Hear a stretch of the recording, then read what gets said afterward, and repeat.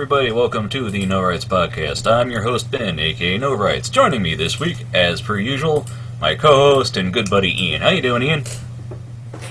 Pretty good, Ben. What happened? You're not wearing that moo-moo today, man. I'm not Homer Simpson trying to get out of work by being too fat, okay? I don't know what your problem is with my Hawaiian shirts. I like them because I like Hawaiian shirts because I feel like I'm on a vacation every day. It wasn't a Hawaiian shirt, though. It was a shirt with flowers on it. What? Not palm trees, flowers. You can have flowers, palm trees, surf, pin-up girls, whatever. Anyway, also joining us is my brother and arch nemesis, Frank. How you doing, Frank? Hi-yo! Yeah, we had a lot of fun with Frank before the show started. His headset mic wasn't as good as his webcam's mic, and we had to figure that one out, so... Hey, Yes? what's the, in Minecraft, what's the thing to, switch camera views? Like, what's the keyboard button? Oh, F5. Oh, okay. So Frank's playing Minecraft now. Yeah. He's apparently got the bug because, before that he wasn't even interested in the game, and now it's like, well, I'm just gonna go craft some mines now. No, I imported a skin, and I want to see if it's, working, because it didn't look like it worked. Okay. It might take the server a while to sync up, but whatever. Oh, no, I'm playing single player. I meant Minecraft servers to skin Oh. stuff. Yeah, so anyway. So relevant to the show, I guess. Anyway, so, Ian, what have you been up to since we last chatted? We talked on Minecraft and Chill recently, and I don't remember exactly what was going on in your time because Doug was sitting going, "It's Lego! It's a sham! It's fucking Legos!" So Yeah, I remember earlier today you said that Frank was going to come on the show, but Doug wouldn't, and I'm kind of like, oh, there's not really much of a loss there because... Oh, that's not fair. No, well, he's Doug. I don't know. I could be wrong, but Doug doesn't seem like himself lately. This latter part of the year, man. I have to say, but it seems like Frank actually is. He seems to be more serious about the show than Doug. Well, I mean, Easy to say. to be fair, Frank's not as deeply impacted by scheduling for Black Friday as Doug Not anymore. is. And, yeah, I used to work retail. Shit sucks. Yeah, I'm sure. He's got a lot on his mind and his own gigs and stuff. So, yeah, I'm not gonna hold it against Doug. I enjoy every time he comes on. Sometimes he's really into the topics we're talking about. Sometimes he's like, whatevs. I'm sure Frank does the same thing whenever we're talking about something he doesn't care about. I usually go, bored. Yeah, Frank's the caveman from Aqua Teen Hunger Force, in case you didn't know. So, Well, That's Oog. let me ask Frank so far, since you've been a regular thing on here. Do you I'm a regular like being on the thing? show? Yeah. What was your question? Do you like being on the show? Yeah. No, Ian, I get on things every week that I fucking hate. This is church. Well, I and guess now I'm just open your books to Psalms 21. And Doug said it is Legos. And it is good. So saith the Lord. I'm just generally. I guess I'm just asking what do you think about being on the show so far? Oh, it's, it's a thing. Frank wants to really have his own pinstriping podcast. That's really what it is. No. No, I don't know what I want to do. But I do enjoy it. It's, fun. I don't hate you guys. I don't, yeah. Some people do. Yeah, I'm sure. It's entertaining when, it's entertaining when people, like, I invite friends on the show, and so I have different friends from different circles meeting up. Like, Ian I met back in art school, and I've had Kyle on. We've known him since, 9th grade, something like that. So, Well, yeah. yeah. So, it's like, circles are colliding, Jerry. Yeah, that's always been fun. I will say from our audience commentary, the last Minecraft and Chill, they said Ian should grow a rat tail. And I responded that first he needs to get a face cam, then he needs to grow a rat tail, because then we can all appreciate it, right? Rat tail. Rat tail. The early 90s haircut of choice. That was somebody that made a comment on the video or something? Yeah. Yeah. Well, we're all wondering when you're going to get a face cam, Ian, and then when you're going to get a Minecraft account and fight zombies with us. I was wondering, you know that hip new thing called what is it called? That I don't know. It's what's that thing where you do like everybody's streaming now? Everybody's streaming now. Live streaming? They stream with their cell phone. It begins with a P, I think. I know what he's talking about. Periscope. Yeah, Periscope. I was thinking what I could do is I could do like a Periscope feed on my phone, and then I could, you know, like if I do a screen share, I have that open up in my web browser. You know, well, you guys could see me then. You could do like Doug and just do Hangouts from your fucking phone. Well, I would do that, but I don't think it'll let you do both at the same time if you're on the computer and your phone because it's the same account.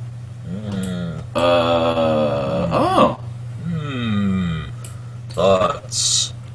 Deep Thinking. Thoughts with Frank Menini.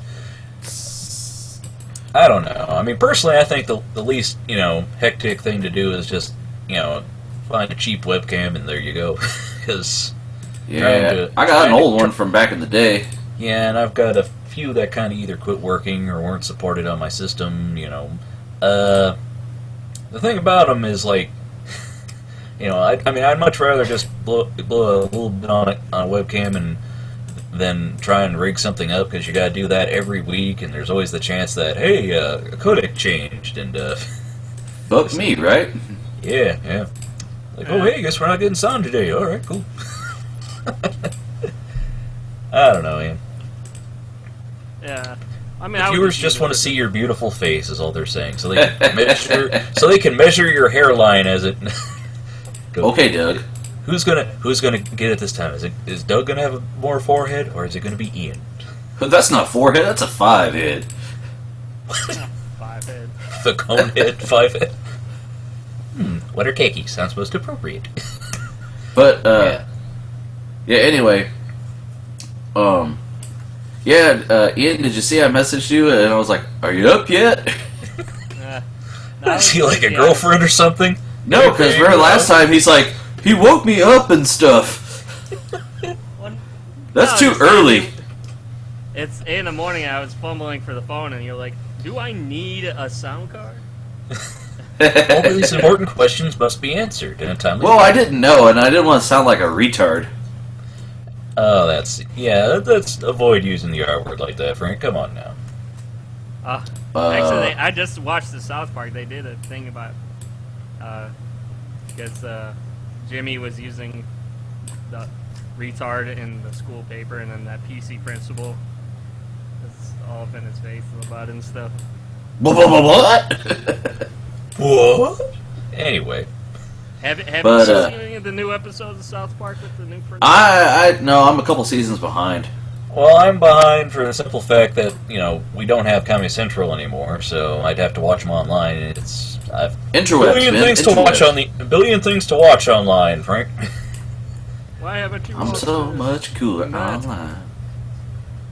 Anyway, but yeah, so I was gonna say I'm sorry I didn't message you back. I just checked just a few minutes ago your list, and I looked at it, and I would give you the green light on it. If that's what you could afford, then.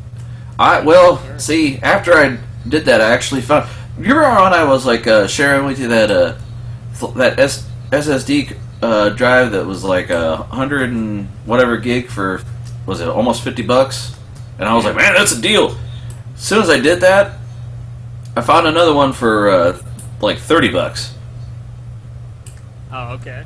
And I was like, well, fuck, same size, just $30. Well, then get that, man. Right. But then, like, well, see, and I went and I got, I in my little, what was it, my, the build. The shopping cart? Yeah, shopping cart or whatever from PC Part Picker. Let me turn the volume up a little bit here. The, like, I just, randomly, I actually picked the cheapest motherboard, and then that had the highest ratings, and then I found out it was, like, a really good motherboard, but, turns out, that one was on sale, and it's not anymore. I'm actually kind of mad, because it was cool. Now the cheapest one is, like, blue and shit, and I didn't want that one. Blue. Yeah, the other one was just black. But no, that was a pretty good, little deal. I mean, little setup. Well, I think you're on the right path. The question is will Frank ever make up his mind and actually build a computer? Oh no, the deciding factor is the boogers. No, I mean dollars. The dead presidents. The Benjamins. Talk about the Benjamins. Yeah. But yeah, because I'd like a new computer, but my wallet likes money. Mm-hmm. And the computer man likes money too. The computer man? Yeah. Is it like the Slender Man, only like all PC towers? Mm-hmm. He gives you a blue screen. You know what they say, hey, if you don't have money, maybe you know a girl, and maybe he likes to get his pink helmet polished, What the hell are you talking about, Ian? What? What? I'm saying maybe you could find a girl, or maybe you could do it. Maybe he likes a hand job from a guy or something. What the fuck are you talking about, Ian? This show has gone in a strange place, Ian. Let's swiftly move on to. Not talking about you like. You're saying that this guy likes money you're gonna buy. Oh, the computer man. Yeah, the computer. The computer You're man. playing The computer man wants a handy, Frank. That's what he is saying. I think if you you're want computer parts, but you like money too. You don't want to give away money. So you're playing the fucking pronouns game. I didn't know who the hell maybe she likes to touch the he. What? A, I, O, U, and sometimes Y. Yes. Anyway, no. I actually didn't know what. Like, I knew I wanted a fast computer for gaming. I didn't have any like chipsets picked out or anything. And then like, I watched a bunch of little part reviews online, like what actual gameplay I can expect and stuff. And also, I didn't have like any real games, other than Minecraft, really, in my desire to play. And like Fallout, that's very realistic. You gotta, if you really want to play it, you gotta have a PC that can handle that shit. So I had to look at the specs and shit like that. Yeah. Okay. Yeah, I think I messed up the joke, man, because it's supposed to be, Yes, you fucked up the joke, Ian.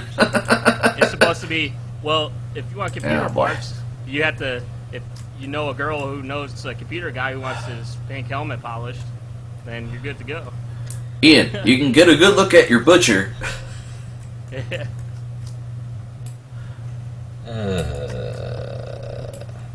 Okay, so. Oh, I met one of Ben's friends the other night playing Minecraft. Okay. He invited her to our hangout or whatever. She was a panda, and I was Sexual Boba Fett. harassment. Panda. No. She was a panda, and I was Boba Fett. Huh? Are you talking about that posh panda girl that you had on the podcast a long time ago? Yeah. Yeah, when are you going to have her on again? I've invited her on, but, seeing as how she lives in Seattle now, it's a little bit of a time difference to deal with. Yeah, I was like, I'm going to bed. And she's like, it's like 7 o'clock. I'm like, there, not here. Plus, she was kind of concerned that, she might not have the, coming off of Frank talking about his PC part builder, it's like, I don't think, she's like, I didn't want to talk about computer stuff and not, stuff she doesn't know about, and I'm just like, we just talk about whatever, and it happens to be these guys talk about computer stuff sometimes. Oh, man, you should have invited me on there, man. Send an invite, dude. Oh, we were talking on Skype, is what it was. It wasn't a... The Skype. Yeah.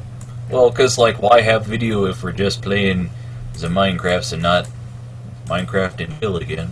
But we already had one that week, and and how can you top when Doug's sitting there, it's Lego! Right, you can't top Legos. No, of course not. Not those building block knockoffs of Lego, no. Oh, was she pretty good at the Minecraft then? Yeah, She came in and fucked our whole house up. well, no, she and I both came into the house and were just like, Frank, what are you doing? Let's fix this. And she's like, Ben's like, no, he's a noob. Now remember, Frank's the noob, so be gentle with slapping him upside the head. Right, she dragged him up behind me and just smacked me. And then she made Ben think that it was my fault and he fucking killed me. Well... And she's like, actually, that was me. Yeah, well, I should have killed you for a lot of things anyway. I mean, where else but Minecraft can you do that, right? Sure. Oh, Franklin. Yeah. No, I mean, if I'm all about getting new guests on the show. I mean, like, if we start at 8 anyways. I mean, if she wants to, if it's 5 there, then that's what she could do. I mean, it's just Frank won't be able to stay on that long then, you know. Well, yeah, I don't know. I mean, if we're doing the shows on like Friday, hopefully Frank can stay on for a while and doesn't have to go, no, bedtime, must go, must run away. Well, on the weekends. Until 1. So, on the weekends, it's cool, but yeah. like, I turned out. Remember, I said I had to go to work the other night, and I was like, I can't stay up this late because I have to work. Well, I got to work, and it's like, oh, we're actually, because I'm all early as balls, and they're like, oh, we're actually on overtime, so get to fucking work. Yeah. So it's like, oh, silly me. Silly rabbit tricks are for kids. Has your friend listened to the show so far at all? I mean, I think she might have. I don't know. I don't really keep tabs on what people are or aren't listening to. I mean, do you talk to friends, Ben? I don't know. Well, we've talked about this on Minecraft and Chill. Is like I'm a little concerned about if I'm social mediating wrong. I'm always paranoid about like I'm always paranoid about doing the wrong thing and being like that grandpa that doesn't understand technology. So like what's an internet? Like they go to Twitter and start typing in like it's Google, like search find boobies. No, grandpa, this is Twitter, not search find. Shut up, Tammy. boobies. I don't know. You see that one like the grandpa was using Facebook? He's like, "Are you serious?" Or it was like a dad or somebody, and they were like, "Fast food," or like, "Fine something." Okay. And the dad's like, the kid's like, "Are you serious?" And then he kept saying it like he just phrased it differently. And then they give him a link. And then he's like, "Here, down the street, so many miles." And then it's like bus fare, bus traffic.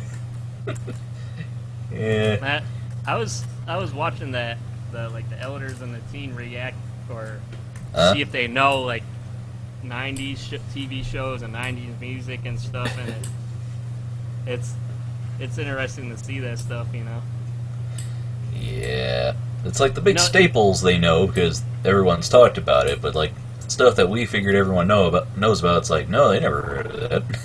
Yeah, well, it's got me thinking. It's like with old people, it's not just that they're, they don't like the music of our generation and stuff. It's that I don't think that they're really they really don't want to get interested in they're not in general anymore, because even if there was like a new music band or whatever that's all old people that played exactly the same kind of music that they loved from back in the day, that because it's new, they really Ian, they really wouldn't be into it anymore. It's okay, like old people, they just don't like stuff at all well anymore. Ian, when's the last Justin Bieber concert you went to? What does that have to do with anything? That's the same thing. That he's new shit. You don't care. Well, the way I see it, guys, is Abe Simpson explained it pretty well. I used to be with it, but then they changed what it was. Suddenly now what I'm with isn't it, and what's it is new and scary to me. It'll happen to you. No, I'm trying to. That's besides what I'm trying to say. I don't listen to Justin Bieber because that's not the type of genre of music that I'm into. No, saying, but even if there was new genre of music that the old people are listening to, they wouldn't want to listen to it just because they don't want to really listen to much of anything. They don't like to get into anything that's new in general. Oh, I don't either. I listen to AM radio on my way home and to work, Ian.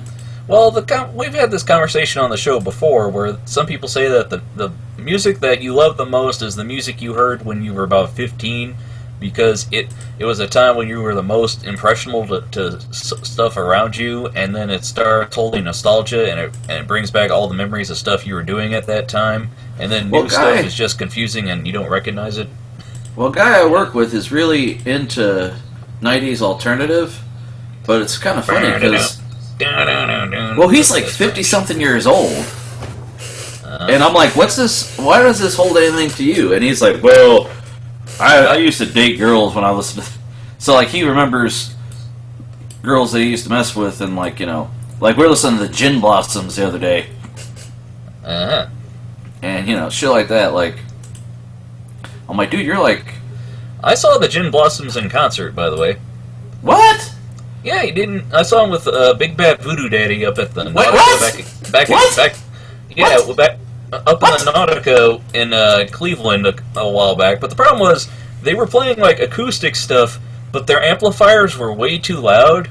And you're like, it would have been nice if, because like that's the thing. I know the old "it's too loud, you're too old" argument, but it's like for acoustic stuff, there's the volume that the instruments are supposed to be at. When you try and blast it, it's just. It doesn't work, so they're having all kinds of feedback issues, and then since it was at the Nautica, there's what is it up there, the I don't know, the water up there, but this ferry goes by and it just goes wah, and the guys are trying to fix their sound system, and they all of a sudden this big loud horn goes, and they're just like. Well, the Gin Blossoms actually. They fucked their original lead singer wrote all their songs and shit, and they like took all the rights from him and shit, and he like died all like alone and fucking penniless. But they haven't had a hit since his last album he wrote for him, so you know. Yeah. Okay. Then. But anyway, But I also wanted to say too, like with old people, like even with technology and stuff, they're like. I hear a lot of old people are like, I'm not that good with computers, and it's like, bitch, did you even try? I mean, well, they don't even give anything a chance anymore. It's like they give up on life in general. It seems. Well, okay, Ian, I'm 30, gonna be 33. Yes, Frank. So I'm gonna be 33. I don't have any interest in Snapchat. I tried it, don't get it, don't want to fucking get it. That's right up there with Tinder. Huh? At least you tried it. I mean, I'm talking... I downloaded it. I was like... I literally... I heard myself going, I don't understand. What the fuck's Delete! Well... I'm gonna be that guy in like a couple months. I'm talking about people in their like 70s, 80s, like really old. Like my dad listens to technology and video games and stuff. But hold on. Okay. But you don't... have like a job with younger stupid people. I work with a guy, he's like, I can't stand old people. I'm like, how old are you? I'm kind of old. I said, how old are you, kid? I'm 26. I worked with a girl who's like, I think I've already done half everything there is to do. I'm like, how old are you? I'm 16. Well, I've got a link I think I'll share during the news segment that'll kind of make Ian rethink some of his point, I think. Oh no. I just remembered it while we were having this conversation, so I'm going to add it to my news segment. I don't understand what you guys' points are when I say they don't even at least try to figure out. Because they think it's all just young hooey. Well, I think that's a bit of a blanket statement to say about older people, because I know people younger than me who've already cocooned themselves and they know this is what I like. I will never listen to anything else. Mm-hmm. I mean, when we were in high school, I knew plenty of people that would never listen to country, that would never listen to rap, and it's like, you know, that's just, you've already shuttered yourself to a genres of music, so there's decades of people making music for that, all kinds of variations on on those styles, it's like, well, you've already shut your mind off because, no, I just don't like it, Well, so, like me, I'll listen to newer music like Skill Rex and stuff, and then I'll listen to music from Skrillex? the 90s, 80s, and 70s, and even 60s. I'll listen to that new music, like the Flame Royal Griller X. Is that how it is? The moves over my hammy X. Yeah, that's it. That's. But I'm saying I try to give like a lot of different generations a chance, a try for like music. Okay, what's the oldest thing you listen to, Ian? Probably just like Jimi Hendrix stuff. I mean, not too much from like the 50s or 40s, but like 60s and 70s. I mean, mainstream stuff though, not really like. It's probably got to be popular. That's the main thing. Yeah, it's funny. I know I have a bit of a twang to my voice. Twang. I'm not going to deny it. But I'm not the most. Since I've been to rock and roll, people don't think I'm that country. It's cute. A guy I went to college with, I said I can't stand Garth Brooks because I think he's a twat. But this kid's like, well, look at this shit you listen to. I go, no, son, no. I listen to real country. Fuck Garth Brooks. And I started rattling off like all these artists that he had never even fucking heard of because he thought I was just dissing the genre, and I'm not dissing the genre. But I don't consider Garth Brooks real country. I know he's a hillbilly, and that's great, but no. Yeah. But okay. Anyway, I think my dad is pretty cool because he plays like Angry Birds and stuff. Now he's into console games and he likes the newest, latest, and greatest technology. And he's in his 50s, so. Poor Pops, he had a computer. Ben, tell him what Pop said when you were talking about asking him how old his computer was. Yeah, do the impression. You gotta do the voice. Do the voice. Okay, that computer ain't that old, Ben. And then you and your wife said, how old is it, Pops? Oh, about 10 years. They just both went, ooh. What? Yeah, he just honestly, he didn't know. He's like, it's like computers don't age like people. They age like he's used to dogs cars. Or food. Cars can last like 40, 50 years, and you put gas in it, still goes. Yeah. But computers don't age like those kind of things. They age more like dogs or food. It's or milk. Yeah. So. Oh, you walked off the lot with that? Well, sorry. I don't know. I remember seeing a webcomic recently about a college kid coming up to the bookstore and said, "Yeah, I paid a bunch of money for these books and I barely used any of them, and I was wondering if I could return them. I got my receipt." And the lady on the counter just starts going, "No." And it's like, well, yeah, I hate to break that to you. Yeah. Oh, man. I love how you can hear Frank clicking away playing the video game. Really professional. He's got to get those creepers. Well, no, I'm gonna die. I'm just. I like being on this show, right? Hold on, creeper. Right. Yeah. Well, no, I got on initially. Damn it! I got in initially to test my skin, and then I started playing, and Steve's more entertaining than you two guys, right? One thing led to another. We were dancing, and I got horny. All right. Okay, that's a George Carlin bit. We shouldn't go into on here.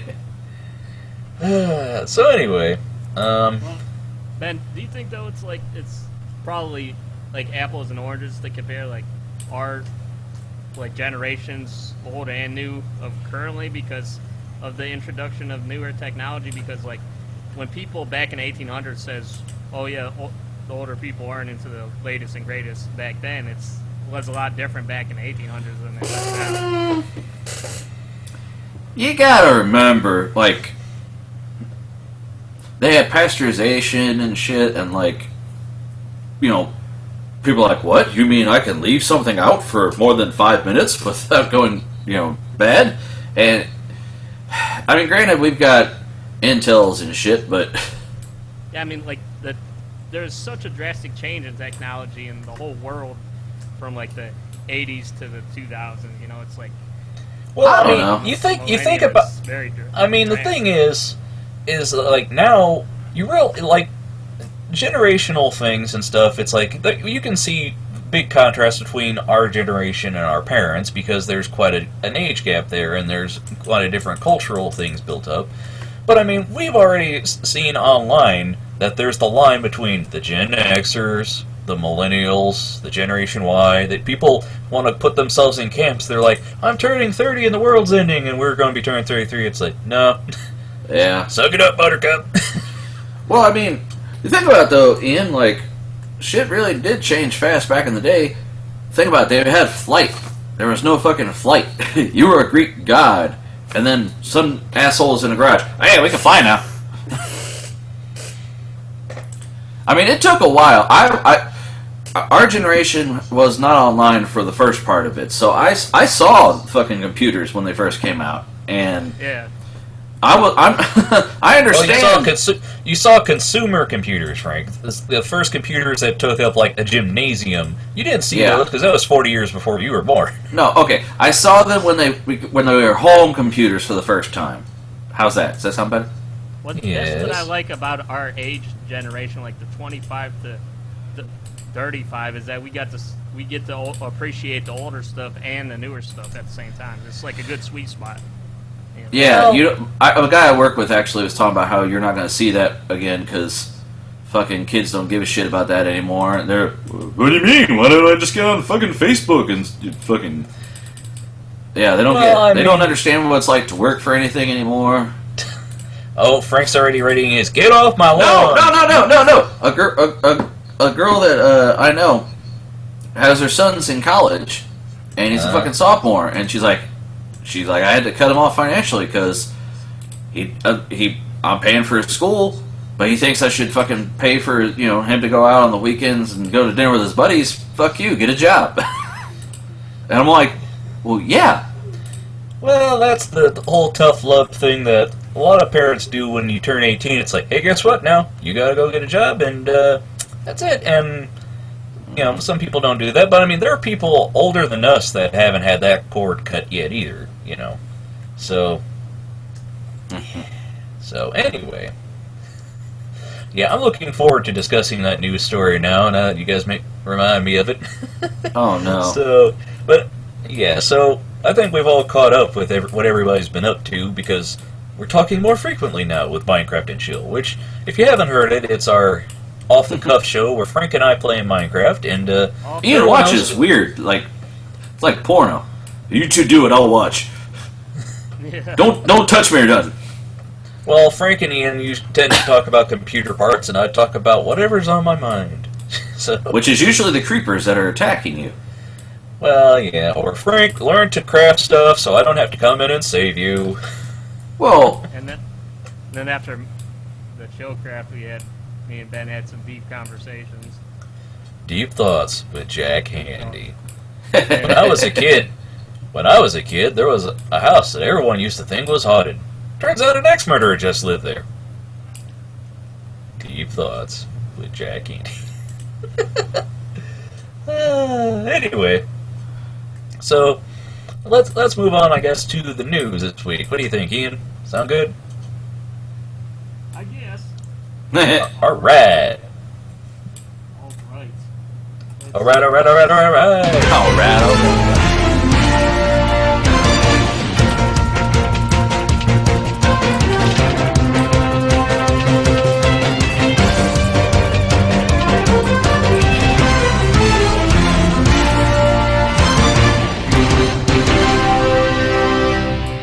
The news with Ian. That never gets old. Now 20% more Ian. Thank you. That's what You're they going to want. interrupt me. I might as well wait for it. Okay, let's cut to Ian's camera, and first... Ian's Frank? camera. Well, his still picture. he's the designated screen share guy, so it's okay. For-profit college system expected to pay millions. All right. He said, we make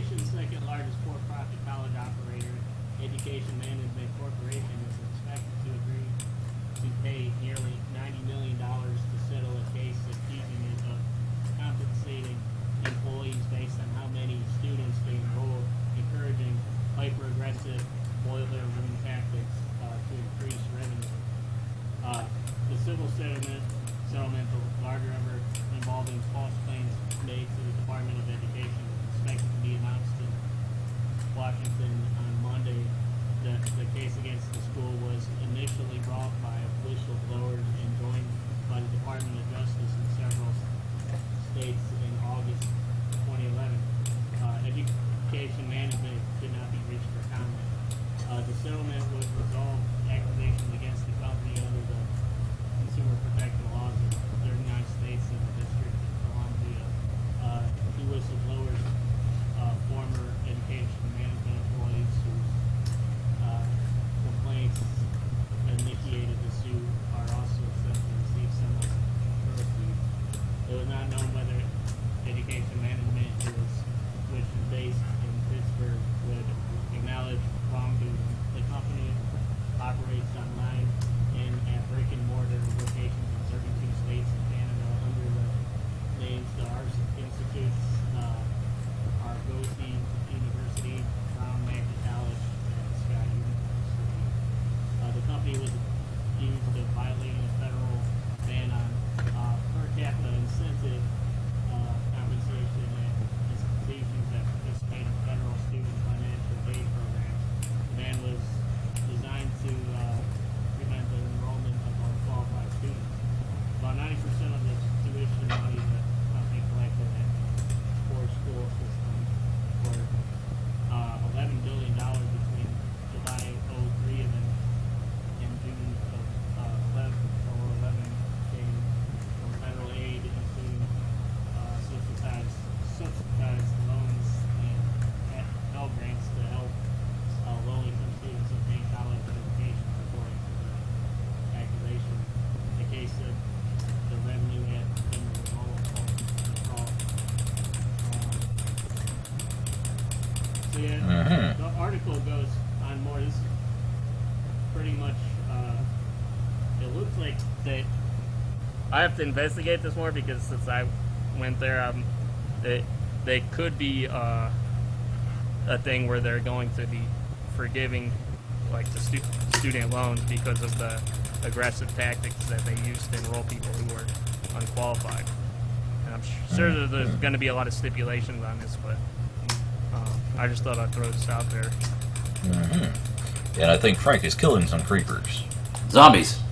Ah. Oh, I'm drowning. Well, good. Maybe you'll join us after you die. So. No, I heard this story actually at work, so. Damn it. Well, share your thoughts with us, Frank. What are your thoughts on the case? Well, my understanding is fake-ass schools are going to have to pay people real money. Isn't that the summary? Yeah, it said the case said the company had violated the law by, among other things, paying recruiters based on the number of students they enrolled and through a system of bonus incentives. The top 10% of admission workers, for example, receive so-called President's Club trips, all expense-paid vacations to destinations including Cancun and Puerto Vallarta, both in Mexico and Las Vegas, and were permitted to take loved one at no cost, according to the complaint. Other bonuses included Starbucks gift cards, Godiva chocolates, Pittsburgh Pirates tickets, and free lunches and time off. Pretty crazy.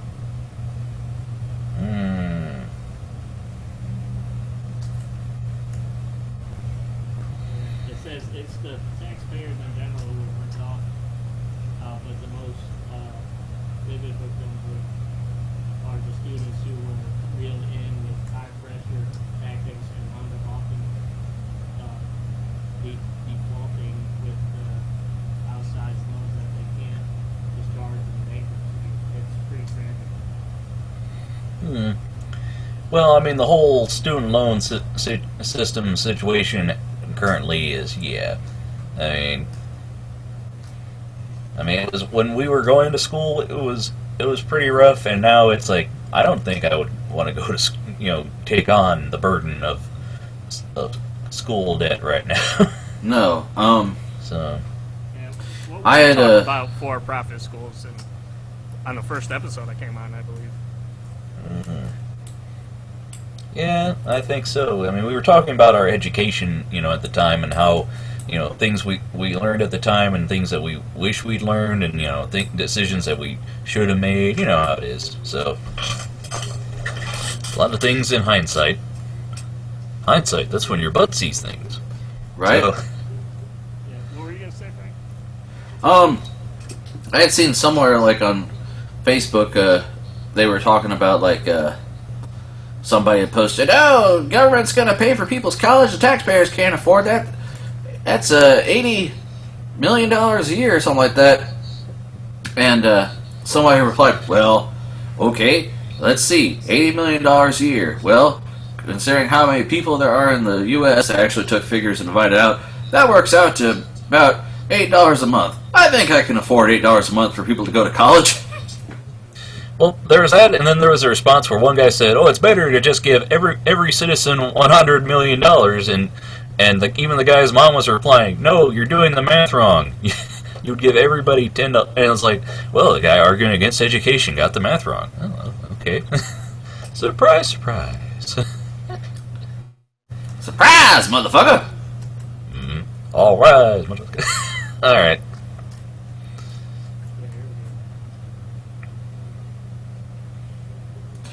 So, yeah.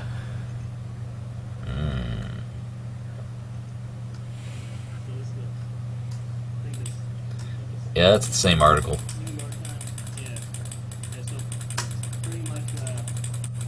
It looks like they probably will have to do that, although I'm not sure if like someone like me is going to be eligible for that or not. I'm not sure what the stipulations will be. I'm sure it'll fall into something where they say that you were predatorily affected by it versus, well, your impact isn't the same. I mean, I'm just about getting my student loans paid off, so it's like I don't know, where you stand on it. I think Frank, didn't we get yours paid off recently? Because yours were less than mine, I recall.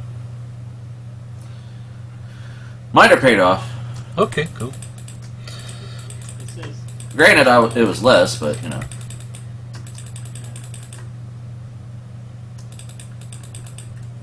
it says in the Olympian case, the government cannot support debt forgiveness to students who enroll.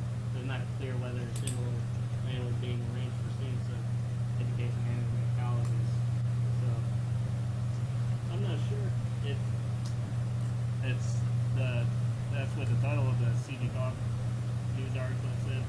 So I'm not sure if that's just like vague interpretation of that,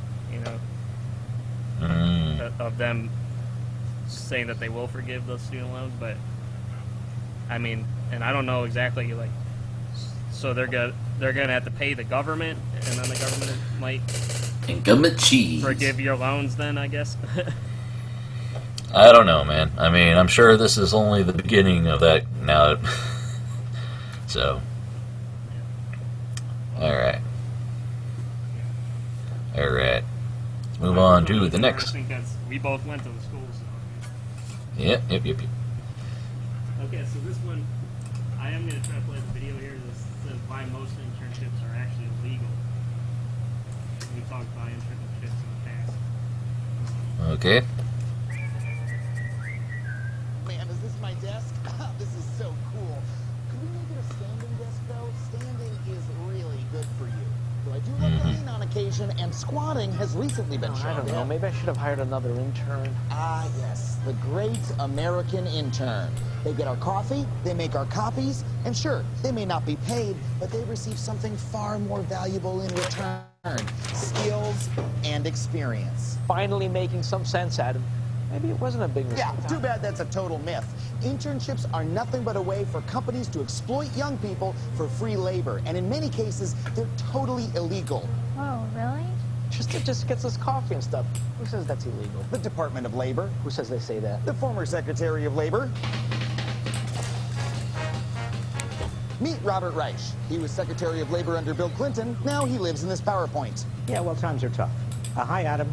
According to the Labor Department, internships are only legal if it's for the benefit of the interns, not the company. The payment isn't just the promise of a job at the end. It doesn't displace any regular employees, and it's similar to what you'd learn in an educational environment. Thanks, Bob. Stick around. We're going to need you later. It's okay. I'll pause myself.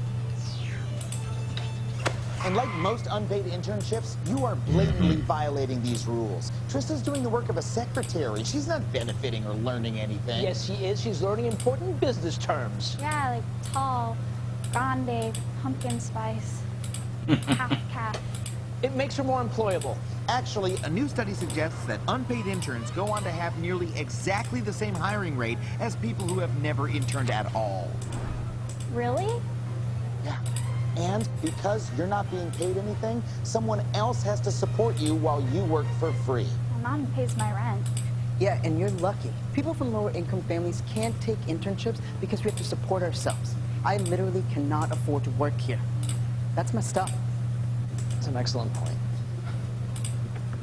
Trista, you deserve to get paid as much as anyone. But Benny here is asking you to get coffee for free. And all he's offering in return is the promise of a job that will never come. You know what, Mr. Harris? Get your own damn coffee. If this were full, that would have been really badass.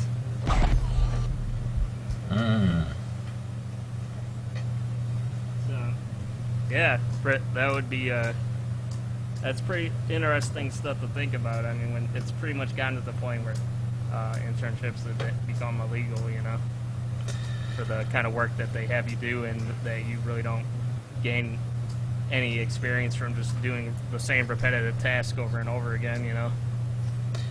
Yeah, I mean, we've had talks on the show before about internships and how, you know, sometimes they can be good if they give you connections, other times you're just running getting the coffee. No, gopher. Go for coffee. Go for broke. Go to my desk and bend over. But anyway. What? Well, I'm just saying. Bend over. Oh, man.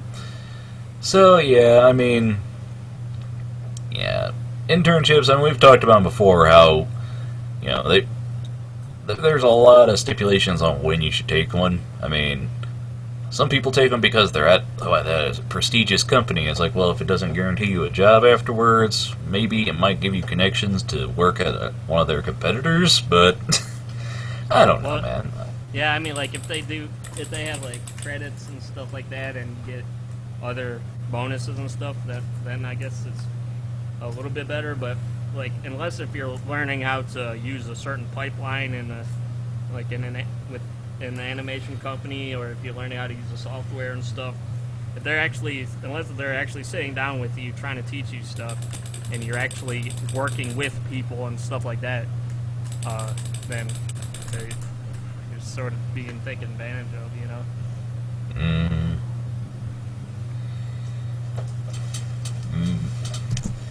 Well, don't really know what to say, kids. Just always read paper before you sign up for anything. So, anyway. What are your thoughts, Frank? Do you have any deep insights? Zombie die! That's Frank's thoughts. Or No, are you trying to tell us your thoughts through Morse code of your clicking? yeah, that's it. No, internships are bullshit. Especially no pay, yeah. Well, yeah, they do have some no-pay internships. I don't know how prevalent they are, you know. I mean, It depends on what the people with the company can get away with. I mean, Murder. That's pretty much what they, at the end of the day, they try to do, is they try to see how much they can get away with. internship, murder, bottom. Okay, I've seen Bum, things. bum, bum. all right. I'm tired of being manager. I've seen things. Like you're saying with Doug. Oh boy. The Black Friday, man. I've seen it. It's rough. You don't know anything till you're holding a pile of goo that used to be your best friend's face while someone else is running away with that Blu-ray player for $30. You don't know nothing, man. Okay. Anyway. Okay. Alright, next news story. Last call sounds for Adobe Revel Cloud Service. Is it Revel or Reveal? That says Revel. Okay.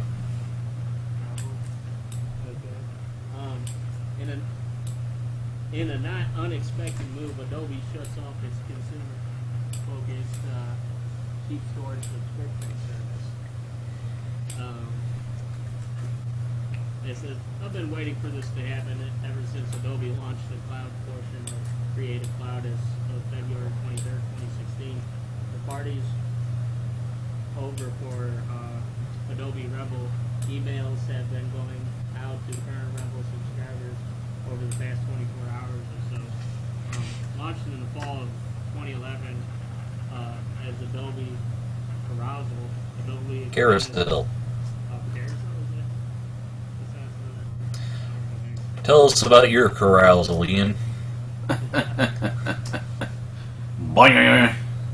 Boing, boo, doo, That would doo, be doo. my arousal. You want to know about my arousal? No. Adobe expanded the service's capabilities and integrated them to its consumer photo editing software, Adobe Photoshop Elements, for about $6. Pricing doesn't appear to be listed anymore per month. You have unlimited storage and portably could automatically sync full resolution versions of images across desktop and mobile devices. It wasn't a great service, but it served the needs of the people who made use of it at least. No more. The alternative is bound to tick off a lot of people, but Adobe is encouraging people to migrate to its Creative Cloud photography plan instead of $10 UK and Australian pricing per month, which caps you at 20 gigabytes of storage. The free PC plan limits you to 2 gigabytes. Photoshop Elements users includes direct integration and more troublesome. Creative Cloud doesn't automatically sync full resolution files within Lightroom Mobile, and migration doesn't look so easy for people who took unlimited literally, since Adobe offers no tools for importing files directly. Only the files still residing in your mobile device can transfer directly to Lightroom Mobile. Otherwise, you have to download them all and import them into Lightroom Desktop. That is, if you want to use Lightroom. Lots of revelers got them through Photoshop Elements and want to stick with it. It said in an Elements forum, an Adobe employee stated Adobe is planning on providing cloud storage for original photos in the future. The Creative Cloud photography plan, so that's something to look forward to. It's not clear whether the Elements consumer products will then get tied in with less expensive plan or worse, become a new payment subscription. Yeah, I like how they say Adobe is encouraging instead of just saying Adobe is forcing. Well, you know, it's all in how you market it, Ian. Yeah. I mean, no one expects the Spanish Inquisition or the Spanish urging of changing your religious affiliations. So... I mean, like, going from limited to, what was it, like 2 gigabytes or 20 gigabytes? I mean, that's sort of bull crap. I hopefully this will be a red flag that Adobe maybe should rethink their cloud-only strategy, you know? Well, I mean, when you bring stuff out like this, you know, it was a $6 service that was unlimited, and now it's being capped, so people that, you know, exploited that and took unlimited literally, well,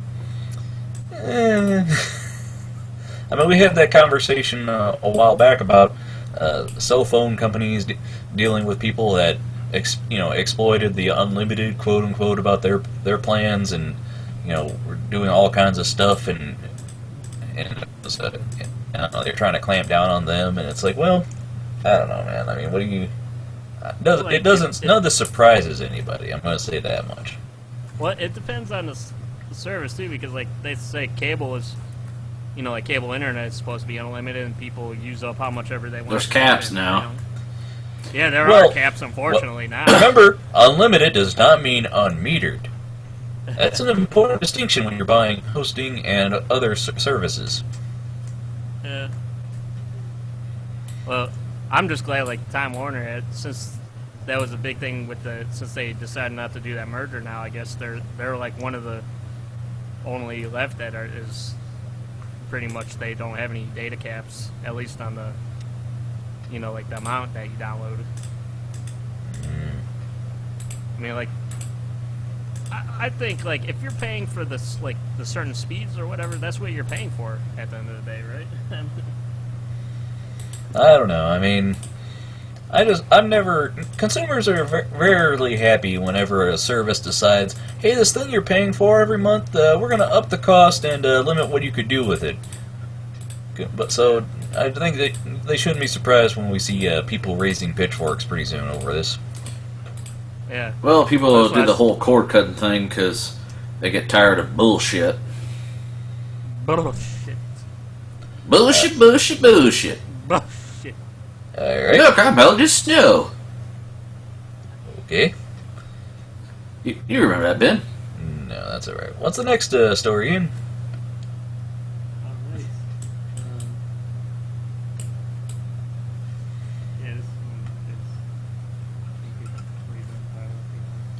Ford creates a drugged driving suit to show why you shouldn't toke behind the wheel.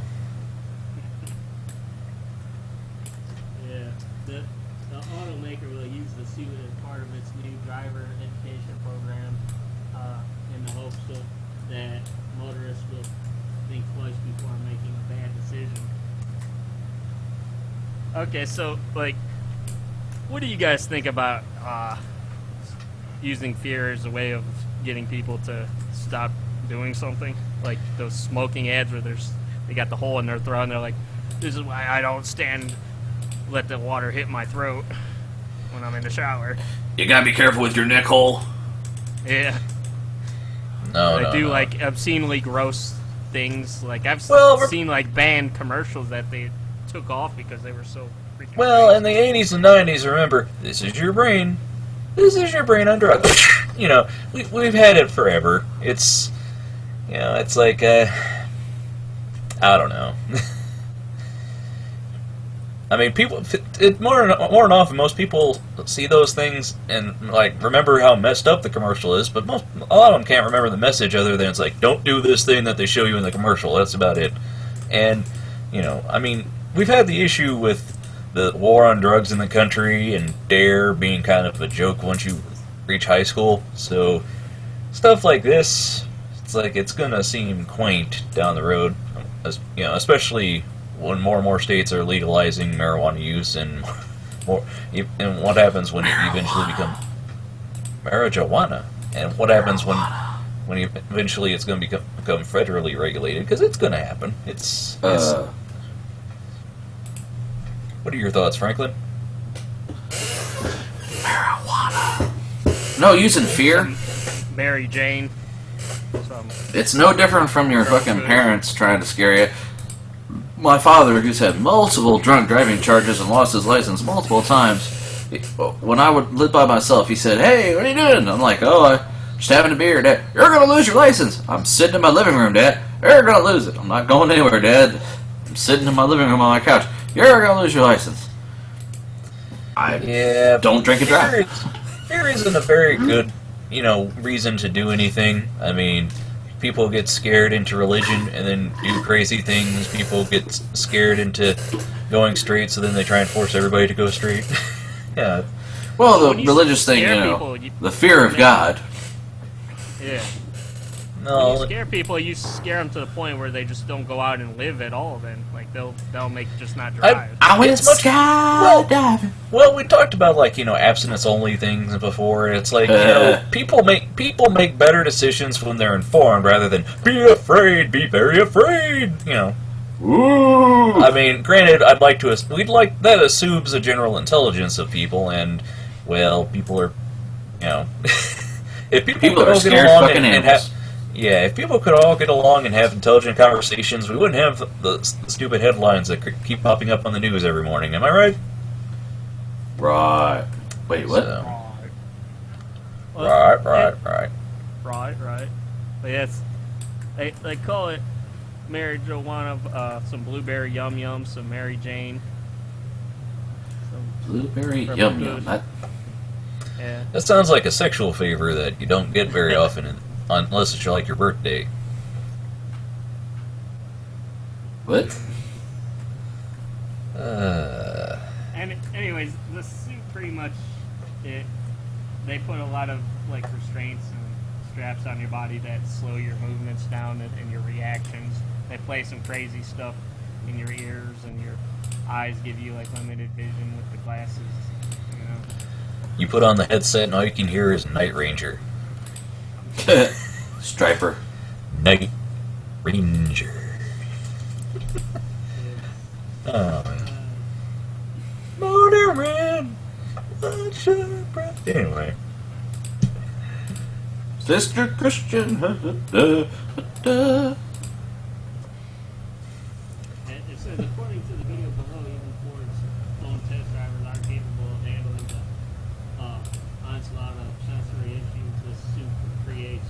There's no better way to convince yourself to avoid drunk driving than by mowing down a field of cones while wearing a pair of glasses that look like they were designed by a drugged Kanye West.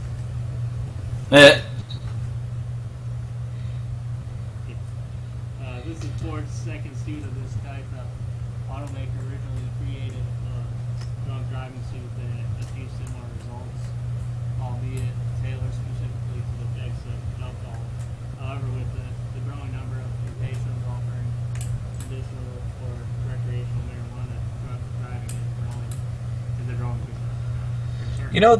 Those just look like costumes that people would wear on here's what the hip people are going to be wearing in the future. Back to the Future kind of stuff. We all got we got all the drunk driving boots.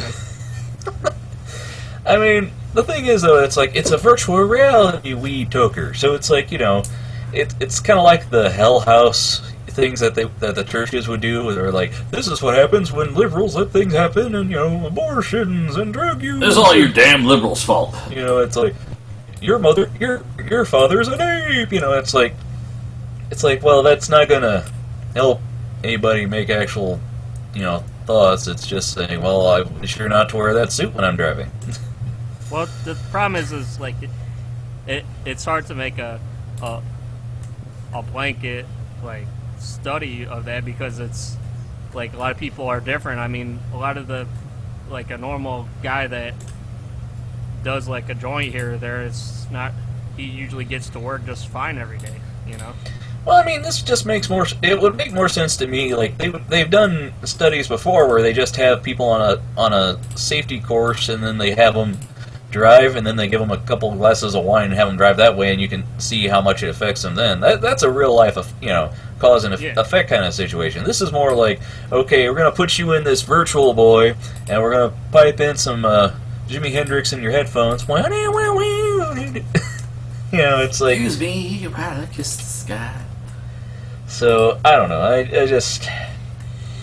mean, I can understand the idea behind this, but they should really put out more statistics and more, useful studies rather than, hey guys, this suit will totally represent what happens when you get drugged up, so don't drive buzzed, okay? Well, what I want to know is, if a black person wears a suit, will it make them go and try to rape and kill your daughters too? Oh boy. I'd like to remind everybody that the thoughts and opinions expressed by the panelists on the NoRights Podcast do not necessarily reflect those of the NoRights Podcast itself. So anyway, moving along to our next news story. No, I'm just kidding, man. I think it's just more of like how it was back then, like with the whole reefer madness. That's what I'm joking, referencing, you know. Well, they're trying to do something to get the kids' attention these days because the kids aren't listening. Sure aren't. At least They aren't taking the shit serious. I know a guy. It was such a joke for people to like take pictures of themselves smoking weed while wearing their Dare T-shirt. Well, I mean, there was a woman that was on trial recently because she live streamed while driving drunk. So, Ooh boy, yeah, you are dumb. yeah, I don't know. It's the 21st century, man, and you know, Darwin. 21st century digital boy. All right, so what's your last news story today, Ian? Free Amazon script writing app lets drivers pitch directly to Amazon Studio. Yeah. It says, while a variety of free and low-priced script writing apps are available across all major computing OSs and web browser, only one has launched with the built-in capability to send a finished script directly to movie or television studio. The free Amazon Storywriter app launched on Thursday by loudly advertising that right pitch capability, and it has asked its aspiring scribes to write. I've never heard of that term, scribes. Anyways, then directly submit screenplays for comedy TV series, drama, TV series, and feature-length films. Should authors already have text in progress, they can import PDFs, FBX, and bond format files to the app or export formats without needing an Amazon Prime account or any other paying membership. The app otherwise works like your run-of-the-mill script writing app, meaning it formats text for the sake of dialogue, transitions, action descriptions, and more, and your only font choice is Courier. If you like to use the app while offline, you can do so by way of a Chrome extension. Unlike other web-based services such as Writer, Duet,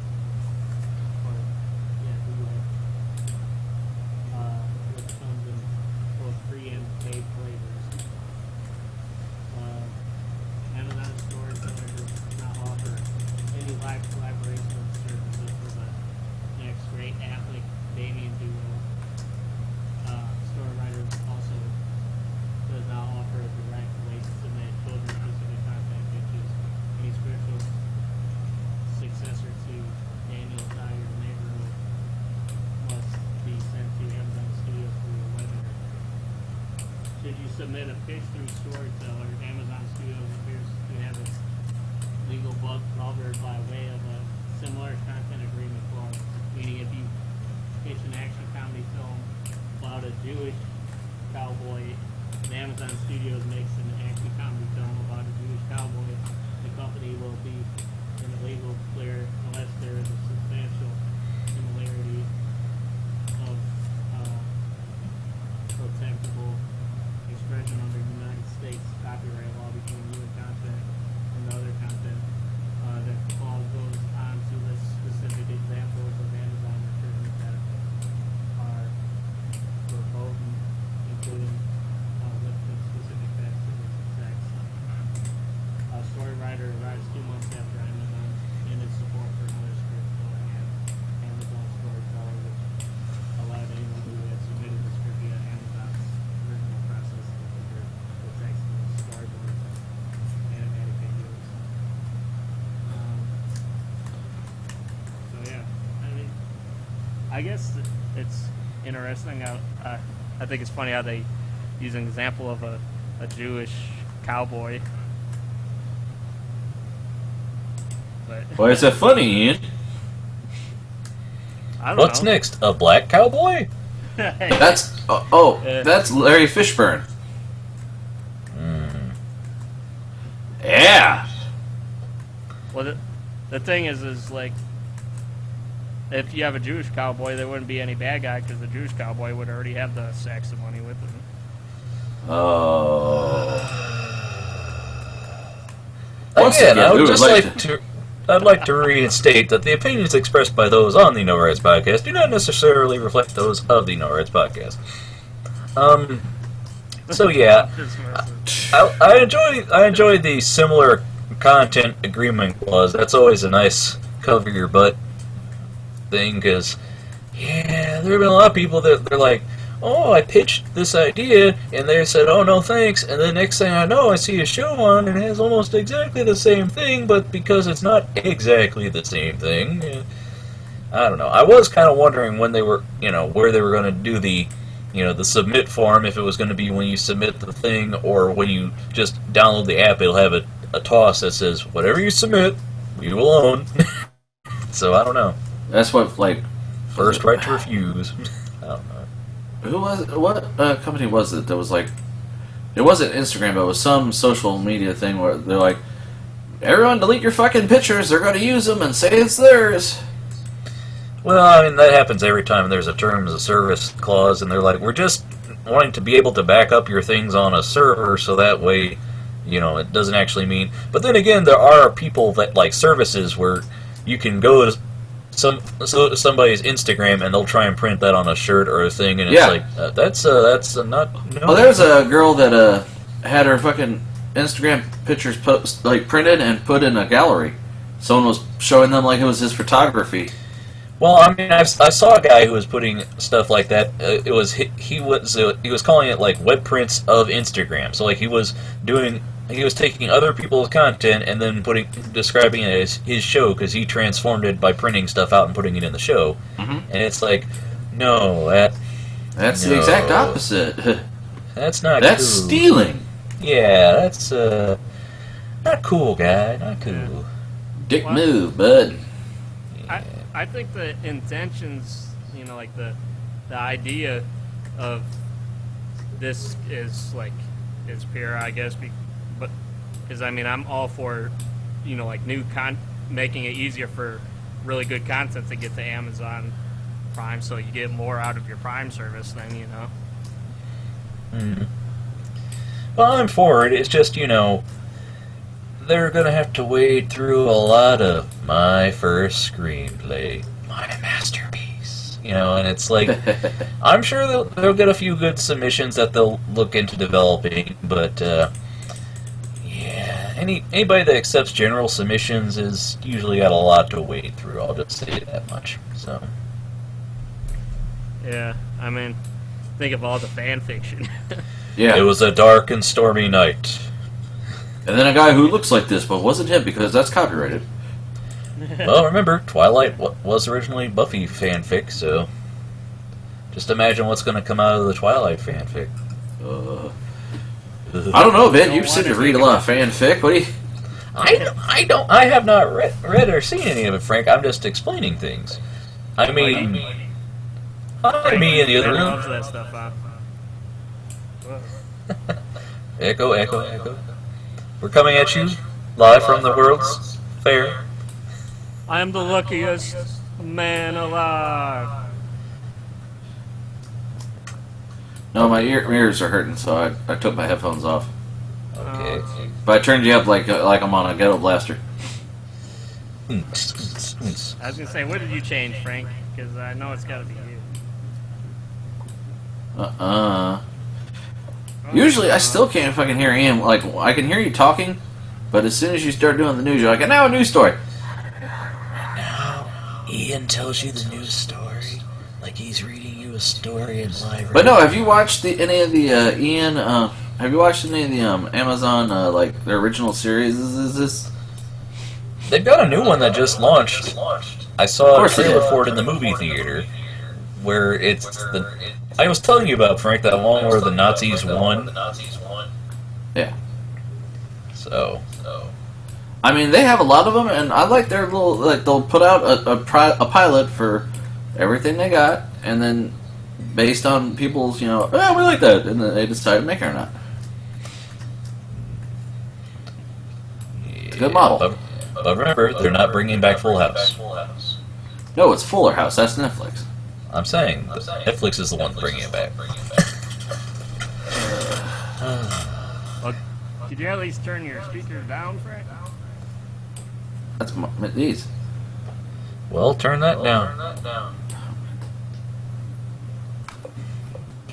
For the folks listening at home, this has got to be a treat. Is that better? No. Kind of. Well, anyway. All right. Well, Carry on, why don't you carry on. Wear the earbuds on at least. Aren't those more? No, my ears hurt from headphones. Earbuds will hurt worse. How does the earbuds being in your ears hurt? They do because they push out. Ian. Yeah. I Ian, just don't see why your headphones hurt. Yeah. They're very uncomfortable. here you go.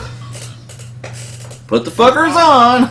I've been wearing mine since before you got on the call, Frank. So Yeah. I'm saying mine just hurt, dude.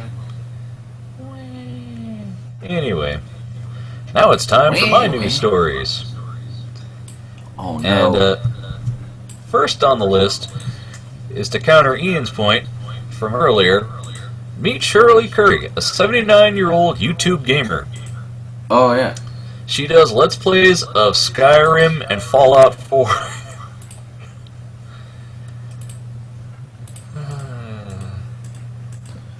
Wait, I think Ian fell in love.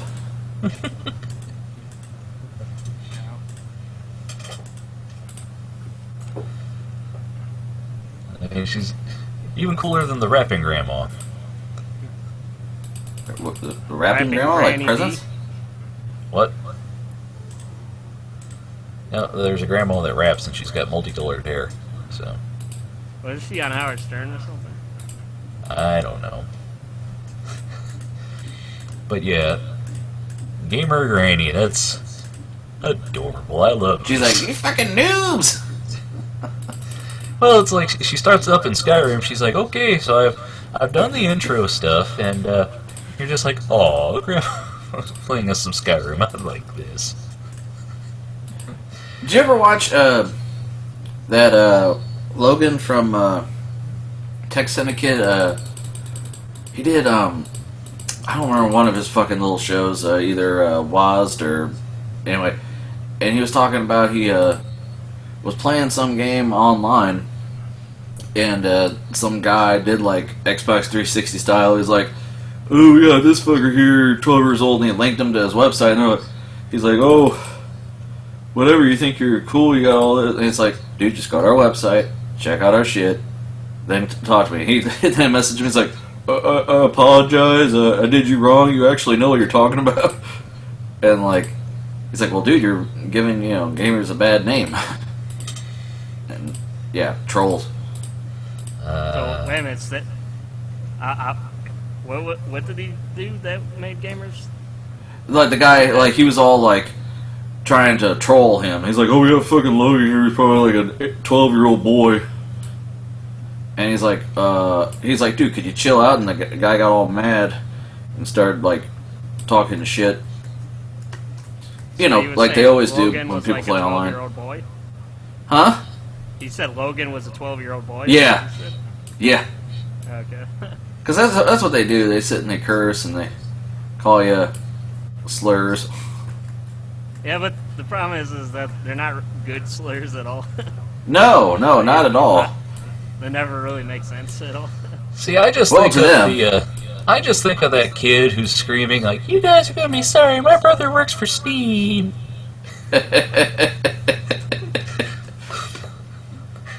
He's just wigging out and screaming, and the guy messing with him is just what? The whole time. Yeah. I'm sure he does. He's the Valve. Oh man. So, like, what were you trying to say specifically about her? Just that she's an old YouTube gamer? I mean... Well, Ian, you were saying that, like, older people don't like new things, and it's like, here's a 79-year-old woman that enjoys Skyrim. He said you're Fallout wrong. 4, and it's a very blanket statement to say that it, some people of older age enjoy new things, and some people that are young enjoy old stuff. I mean, there are plenty of the hipsters that are like 22 and listen to records. You're not 22, Frank. No, but I'm a hipster and I like shit that's older than me. My car is like... Your car is a year older than Mom. Ben. Yes. When my Chevy was made, Pops was 13. When Pops gave me the Pontiac that I drove for a while, I was 13 years old when it was made. Deep thoughts with Frank. Deep thoughts So with it's Frank Thompson. deep car thoughts with Frank. Huh. Yeah. Well, my point was I didn't say all old people are like that, for one, and two, Right. I'm just trying to say that the people that are very closed-minded, that who are older, I don't think it's good to be like that. Well, I Well- I was just saying that I don't think age is necessarily a deciding thing. That when you Well, get older, that's what and happens. I mean, How some many people are younger just people more do you hang inclined. out with? Well, Nate's 26. I mean, That's still- I hung out a couple. That's People still are the same age. no. Well, he's I saying how tried- many 18-year-olds do you know? Yeah. Yeah. I'm not gonna hang out with somebody half my age. I mean, Exactly. the Okay. point. Okay. Before I still met a my wife, teenager. That's kind Ian. of creepy. Let them at What are least you get talking older about? a little bit. I guess, you know.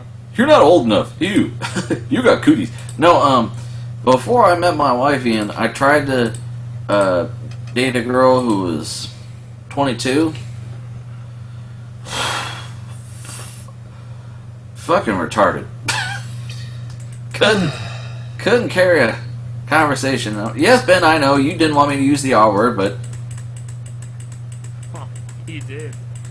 I did. would like to remind people that the opinions expressed by people on the show do not necessarily reflect the opinions of the show. They are oh no, correct. fucking 22-year-olds are fucking stupid. I was 22. I was fucking stupid. And now you're 32, and You're I'm so fucking much wiser stupid. now, aren't you? You know everything. No, I'm fucking stupid. I just know I'm stupid now. well, that's why we're echoing from your headphones. So, Fucking noob. but anyway, Noob. Grandma Shirley, I think that's awesome. It reminds me of when on the React channel they have the elders play like Grand Theft Auto, and they're like, "Oh, I don't know about this one," and like 5 minutes later they're like, "Yeah!" Yeah. So, I mean, you have to admit though, this is an anomaly, though. I mean, It's the exception, not the rule. well, it's becoming less of an anomaly. I mean, there's gamers of all ages in different categories. You know, people play all kinds of games now. So, yeah. all right. Moving along. Got two links to basically the same story, but I think they each say different things. DreamWorks Animation enlists Edgar Wright for untitled feature. And also from Cartoon Brew, Edgar Wright to direct shadow-themed film for DreamWorks Animation. So, What? yeah, you know Edgar Wright, Frank. From Do I? Shaun of the Dead, Scott Oh, okay. The ginger. Does that look like a ginger, Frank? That was the actor I'm thinking of then. I'm not looking at what you're doing. Remember, I'm doing something else. Frank's like, I'm playing Minecraft. I got zombies Yeah. to pwn. That's right. It's nighttime and I'm digging. Okay, I like Doing the some night Cartoon digging. Brew's first sentence in the story. DreamWorks Animation is making a film about shadows. Again. The studio says that while it's a new approach to a previously developed concept, the new film should be considered a reboot of the abandoned Me and My Shadow, which was at various times to have been directed by Mark Dindal and Alexandro Carloni. Carloni? Yeah. Carloni, like baloney? Anyway. So, I mean, I like Edgar Wright films. Remember when he was supposed to direct Ant-Man for a while, then that just fell through? I never heard about it. It was a good movie, though. Mm-hmm. Well, the problem was he wanted to do his kind of movie, and they really wanted a Marvel movie. and they just couldn't come to terms with each other. Imagine that. Well, he has a very energized and, he has his own approach to things. If you've seen Scott Pilgrim or any of the, Hot Fuzz or Shaun of the Dead, so. Yeah, what did you think about that Scott Pilgrim movie? I liked it. I agree with the argument that, video game nerds and stuff were just like, oh, Frank, I really don't like hearing myself while I'm trying to talk. It's distracting.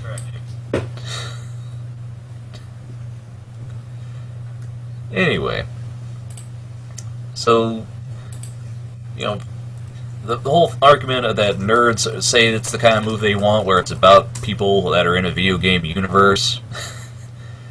Frank, that's not very polite.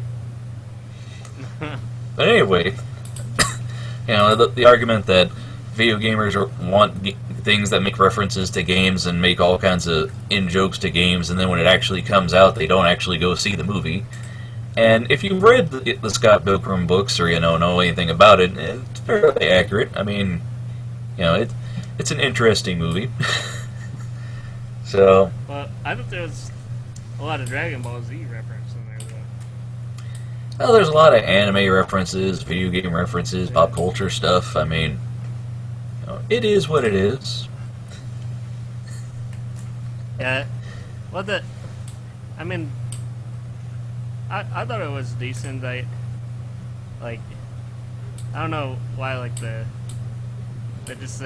some of the characters just generally seem weird, Well, I mean, if you've read the books, that's how they are. I mean, it's a very lighthearted and silly manga, so. Yeah. But yeah, I mean, just like when we were talking before about, who was the guy that did the Royal Tannenbaums and stuff? But yeah, when he was announcing that he was doing another animated film, I always like seeing, other directors come in and go, now I'm doing an animated film, and we'll see how this goes. Sometimes it works great, other times not so much. So, I mean, you're right, I'm interested in seeing it. His films are always entertaining and have a personality of their own. So, there's no word on, the title or even, what the plot is supposed to be at all? It's just well, right now it's film. Well, it's untitled, and they say it's going to be about shadows, but it's not going to be like the previously developed but unsuccessful, yeah. But it's about shadows, that's what we know. It's it's the similar idea to Me and My Shadow, which was a previous idea that they said they developed. I don't know, I didn't know anything about that story either, so.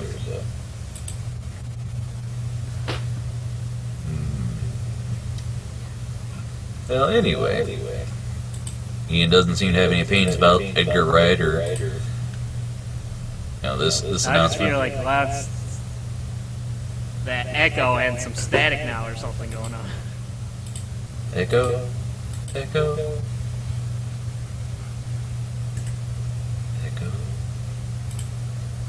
do do do do do do do do. Frank's lost in Minecraft.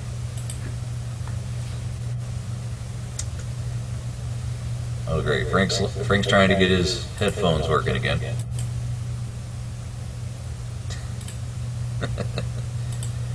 Well, is that all you have there? Of that story, I've got another one that might be more relevant for you. Drawing tablets head-to-head. iPad Pro / Pencil versus Surface Pro versus Wacom Cintiq Companion. Oh, okay. This is interesting. So this is this that Friendin guy? No. Let's see. With the recent releases of the Apple Pencil and Microsoft Surface Pro 4, drawing tablets have gone mainstream, and many artists have purchased or will soon purchase their first tablet. And let's see. The best review I've seen so far is by industrial designer Spencer Nugent, who gives a smart and objective appraisal of the three major devices: iPad Pro, Surface Pro, and Cintiq Companion. And he personally prefers the iPad Pro and Pencil combo, though he says that the Cintiq Companion wins hands down in terms of how the stylus interfaces with the screen and how much it feels like paper. He cautions that ultimately it's up to each artist to find the device that suits their personal needs. So, Well, the only thing I know about the Surface Pro was like at least for, like for 3D people, I figured it would be better because of the application support, mm-hmm. So like you could use ZBrush and other sculpting programs on it, you could use Photoshop directly Mm-hmm. on there. Well, I mean, the same with the Companion, because it was, a computer, or at least the one that was a computer, right? They had one that was a computer, and that one that was just a monitor attachment. I don't know. It was confusing. Yeah, well, the problem, like with the iPad Pro, is that you're dealing with a tablet OS specifically. Then Well, I mean, how much does the iPad Pro and the Pencil cost? Because I haven't looked into it because I have an older iPad, and it just hasn't been a concern for me. I mean, if you're wanting just a mobile drawing studio, it could be a good thing. I mean, I've got a few different styluses for my Style I guess, for my older iPad, but I've heard good things about the Pencil, but I don't think it works on the older iPads. So yeah, well, the thing the guy said that where it's up to you, as the artist to decide what would meet your needs. That's probably really true, because if the iPad would be more for 2D, and then the Surface might be suit 3D people's needs more, then that's ultimately what you got to decide, I guess. Well, I mean, we've talked about before where, ultimately the Cintiq Companion and the Surface, they're actual full computers that have a tablet Surface on them. So, it's like if you want a more production machine, it's going to be one of those. But if you want something that's probably costs less and is more, portable, because a Cintiq Companion is still kind of a big device, and the Surface Pro is still kind of big too compared to an iPad. I don't know. So, yeah, well, do you want to look up real quick what, since I'm showing this video here, do you want to look up what the price of the iPad is? Because I think the Surface is like about $1,500, and it goes up to into the 2000s for the higher end models. well, I mean, the Surface is, like we said, it is a full computer. The iPad is more of a fancier iPad. Let's see. Watch the film. Watch the ad. Where's the lightning bolt charger? Sketch notes. Spark keyboard. Okay, the Apple Pencil for the iPad Pro is $99, and let's see, Just search on Amazon for iPad Pro. It should show you if it's like $6. well, I'm at Apple's website is what I was doing, but okay, fine. Yeah, well, that's probably going to be more expensive if you go right to the store. Well, I mean, you'd be a good base price to go. You should never pay more than that. Okay, iPad Pro, best match on Google, 32 gigabyte, 12.9 for $799, so about $800. Right. Mm-hmm. Oh, so is he saying that the Pencil goes over the Wi-Fi, not the Bluetooth? I'm not exactly sure how well, I mean, the iPad Pro, it connects via Wi-Fi to the, to internet. I don't know what all it does with the Pencil, because, like I said, I've got an older iPad, so I haven't kept up on the Pencil, because I'm pretty sure it's not going to be for me. So,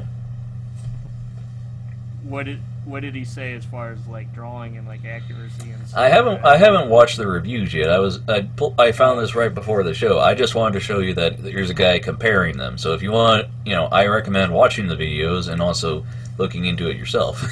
So. Okay, I was under the impression that you had watched them fully. I'm sorry. Well, I was just pointing them to you because I just found these right before the show. So. All right. Frank seems to be doing something. We can't hear him. Now he just looks like the penguin. Yep.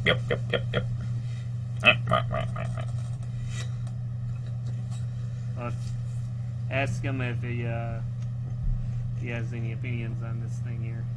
Well, I can't hear him. Frank, do you have any opinions? Do you? Oh boy. At least now I know I'm stupid. Maybe it's a good thing we can't hear him, Ian, after you just said that to him. Because I'm Hey, sure he we can said hear it, him I out. didn't. So, I'm just repeating. much like you were doing earlier before he put his headphones back on. Oh, man. Well, it's good that there's alternatives, though, in general. I mean, they're starting to come out more out of the woodwork, you know, as technology advances. This type of thing is just going to be... Whoa.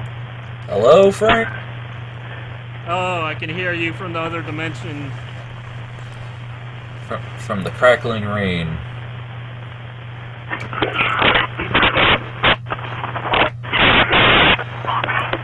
Frank is reporting from the Snow Channel on your TV. Ow. Okay, then.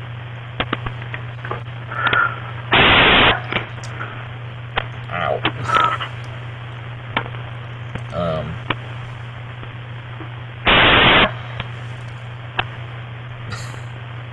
Did you say why you really needed to get Bluetooth headphones?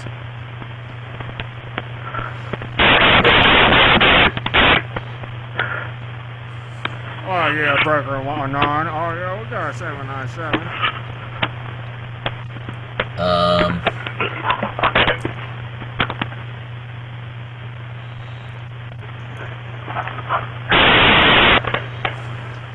Oh boy.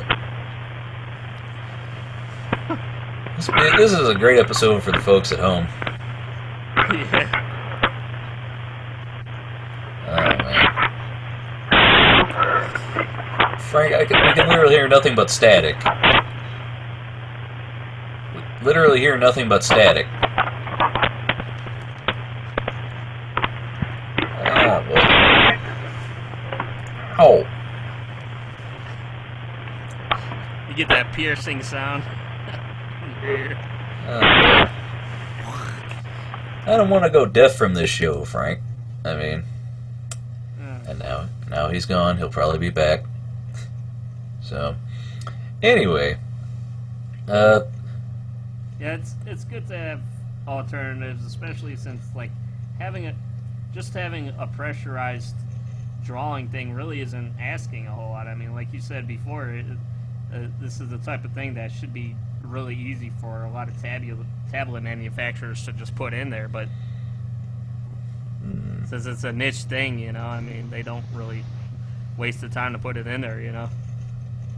Hello, Frank. Hey, All right. hold on. Oh no. What's the matter? Okay, you hear me? Yeah. Yes. Can you hear us? Can you hear? Oh no. Don't mess with the Bluetooth. At least just get your regular setup from before, from like last week to work, and then after the show you could try testing the shit out, man. I mean, just give up on it, right? All right then. But yeah, it's good. Reviews like this are good because they show people where things are at, because you know you kind of want to know where, you know, what things are at. You don't want to get an iPad and then go, well, how come this doesn't run Photoshop? It's like, well, you know, I mean, I don't know what the iPad Pro exactly runs though, so because I haven't planned on updating one. I just think it's good for when I eventually do. Well, since it has such a huge screen, it's like it's really good for that. Then, you know, it'd be a nice sketch pad. What did you see anything about the pen or whatever? Like, The pencil? I've seen people going crazy about it, but like I said, I figured it wouldn't be supported on my devices, so I haven't followed it at all. So, because why make myself sad that I don't have the latest and greatest, just to go, well, I guess I got to spend more money. No thanks. Did you ever find out like how it was how that pencil is supposed to be connected to it? Like, no, because like I said, never thought it would work, so why look into it? You know? I don't know, just curiosity. I guess I figured you'd be the type of person to at least look at the latest and greatest that Apple puts out in general. Well, I do, but like I only have so much time to invest in things, and it'd be like looking into the differences between Windows 10 Professional and Windows 10, Consumer, and all these things. It's like unless it's really relevant. I mean, plus it's a newly announced product. I'm sure it's going to get revised over and over for a good couple of years before it's really something I really need to be looking at anyway. That's why I point to reviews like this, where you get a guy who gets the first model and actually talks about it. So, yeah, I guess then you're just not that type of person who's just interested in technology, like the latest and greatest at all.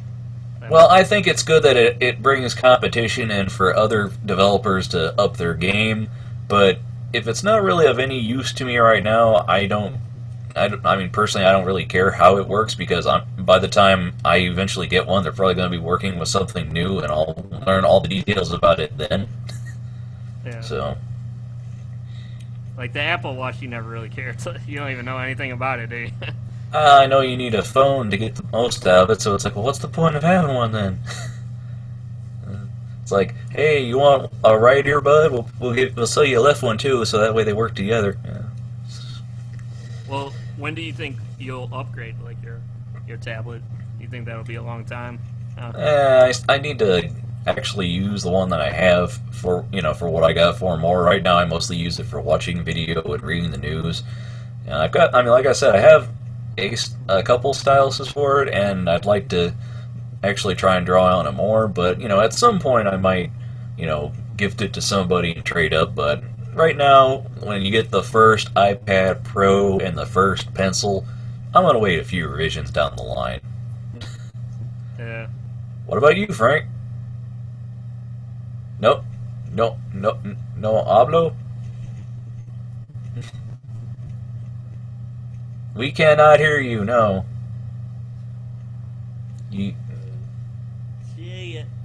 JFC. Boy. Well, let's just move on to the next story while Frank sorts out his troubles. Since we were looking at Cartoon Brew, I thought I'd link this other one.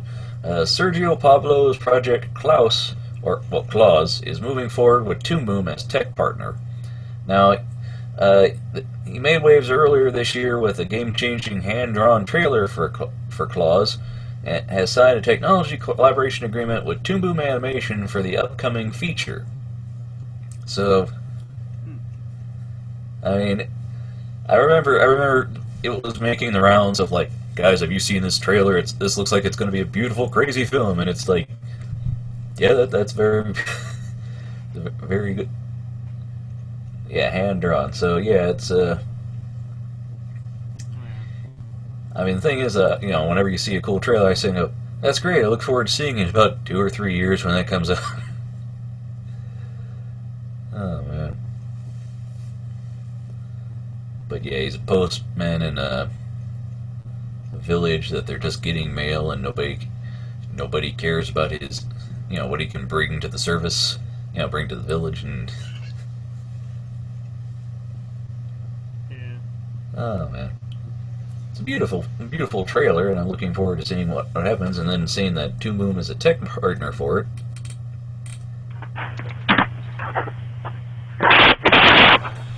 Oh no! The return.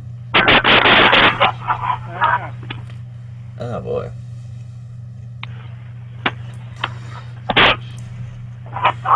Just tell me your new headset is not good. Go to the old. You have to deal with this type of stuff all the time, don't you, Ben? Yeah, So, Claws is scheduled for a 2019 release, and Toon Boom will integrate its flagship product, Toon Boom Harmony, into the feature film pipeline. They'll also, Harmony will be the primary software used for the production, and SPA's creative and technical teams will build new tools to push the software's capabilities. You know, I really like the style of this. This is pretty awesome. That's what I thought. I figured you might appreciate it. It's very, very easy on the eyes, very colorful, and just like, it's eye candy. That's what it is. Ian likes him some eye candy. I mean, I didn't know if you'd seen the original trailer that was going around. It was, when you're a guy that follows, animators and stuff, and you see, like, hey, check out this new trailer that somebody put out. Check out this short. And it's like, so much great stuff just gets traded around. And I don't know if you saw this one was making the rounds, but I think you'd appreciate it the way it looks. Yeah, you see, that's where I fall through the cracks. Is like, with animation and stuff, you're the latest and the greatest when it comes to animations and stuff. Well, I'm more of like trying to see what's going on and what's happening. I'm not exactly with it like with the cool kids, but I try to keep following and seeing what's out there. And I'm sure when it comes to 3D stuff, you're like, oh yeah, I saw that whole mesh thing with this and that. Yeah, well, like even like the 3D animation, like you've shown me a lot of things on the show before where it's like I've never seen that. It's a mainstream 3D film or show that's supposed to come out. Mm-hmm. It's like you said, there's a billion things to watch and hear about on the internet. I mean, you can be off in one corner and come back and find, hey, this thing here has like millions of people, and you all right over there, Frank? You look like you're fighting off a swarm of bees or something. Can't hear you, Franklin. I'm sorry.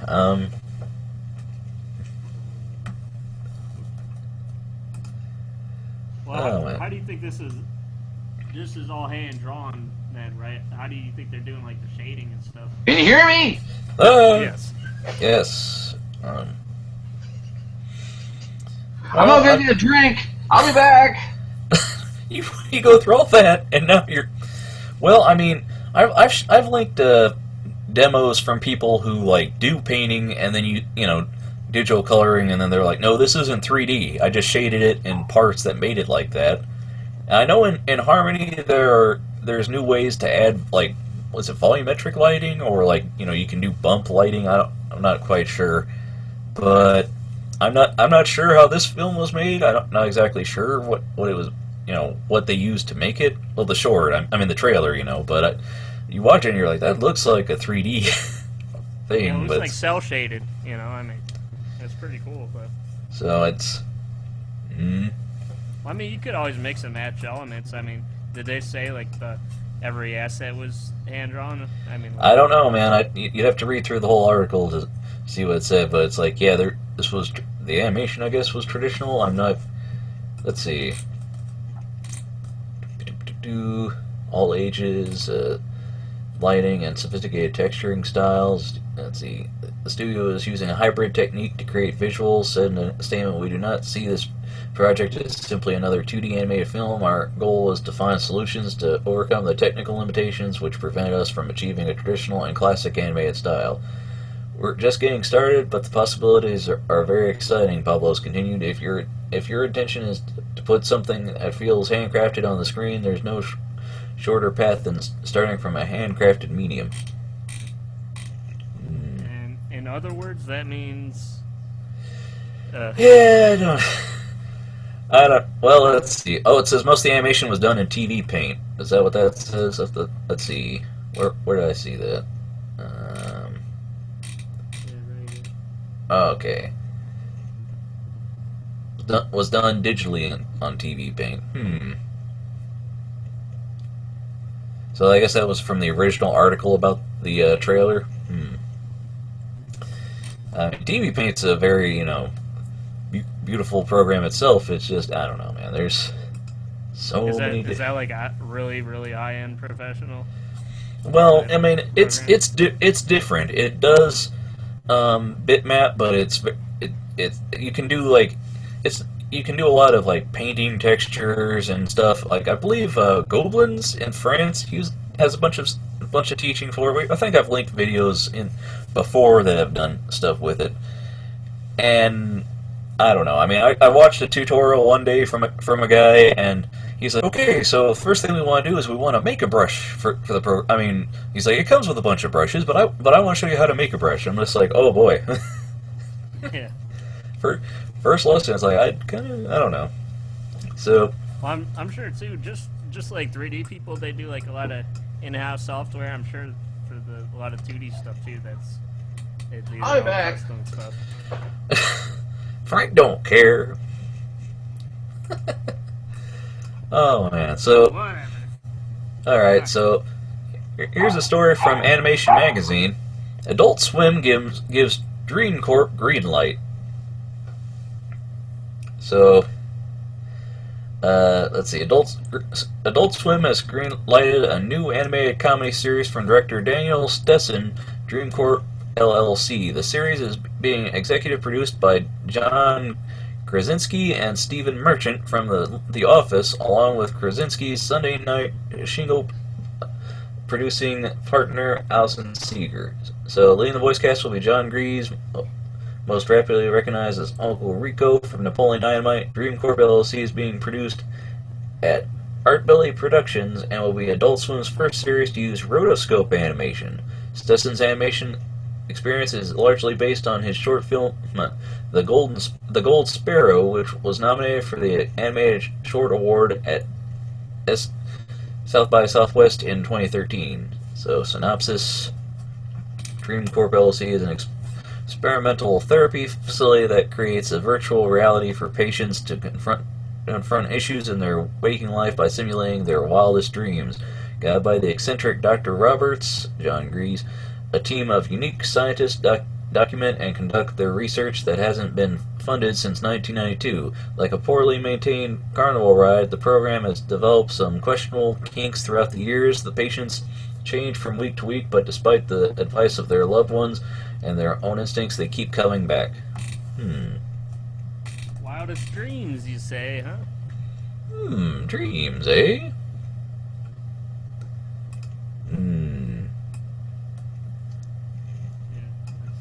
Dreams.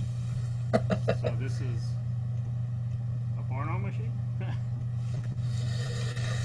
I don't know. I mean, it makes me think of, there was an episode of Rick and Morty where Rick took his daughter and her husband to a marriage counseling planet where they hooked their brains up to machines that created artificial life forms that were like their envisioning of the other one. So like he envisioned his wife as this like alien style creature that was angry and screaming and had claws and huge teeth, and then she envisioned him as like this little worm, and then they would have the two creatures duke it out and kill each other and show, see, this is why these are just your illusions of each other, and then they ended up killing a lot of people and yeah.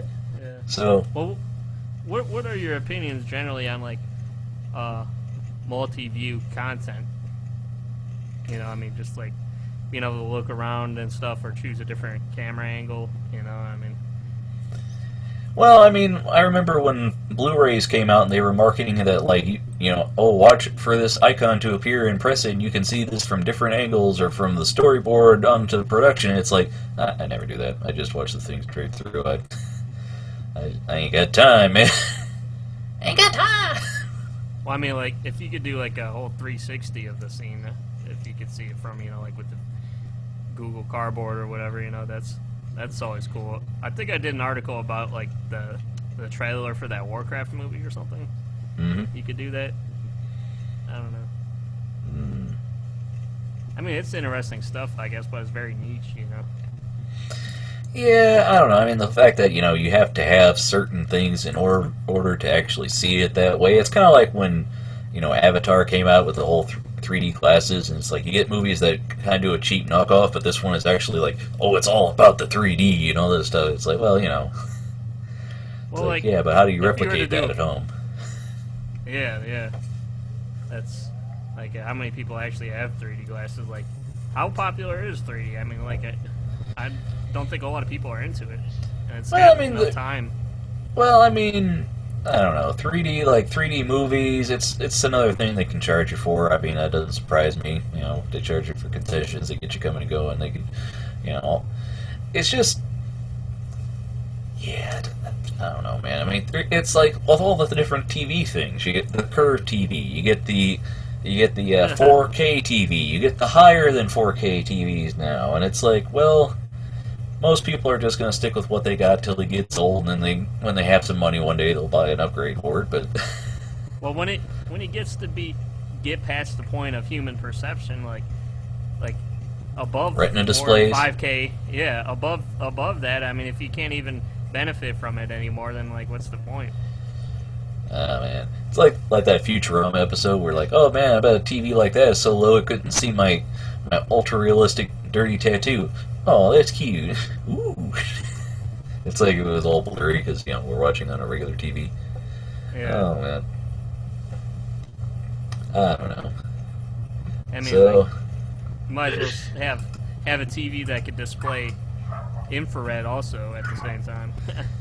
well, I mean, you know, we've seen the thing where, like, would you believe that this... Do you think this is a real person, or do you think it's a computer-generated image? And it's like, oh boy, we're getting to this again, you know? Yeah, is it's the CG or fake? Yeah, it's like, well... Fake or real? Eventually it's going to be the holodeck where everything looks real, and like, I don't know if that was made this way or that. You alright over there, Frank? Yeah.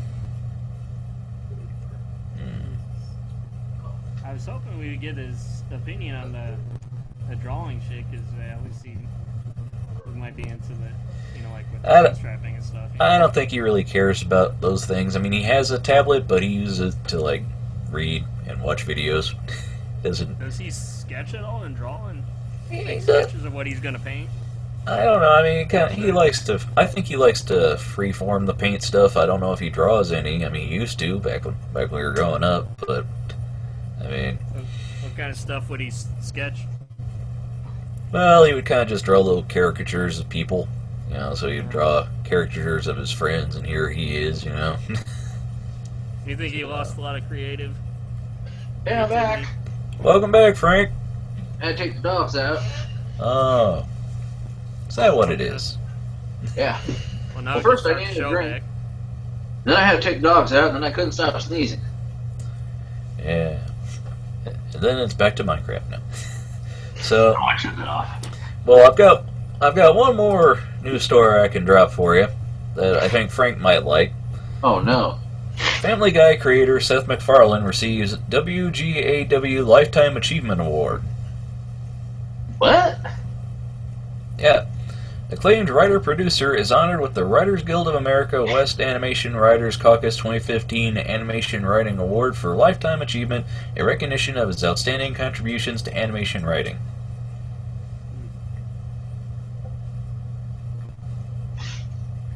Meg. Oh, Meg, who let you back in?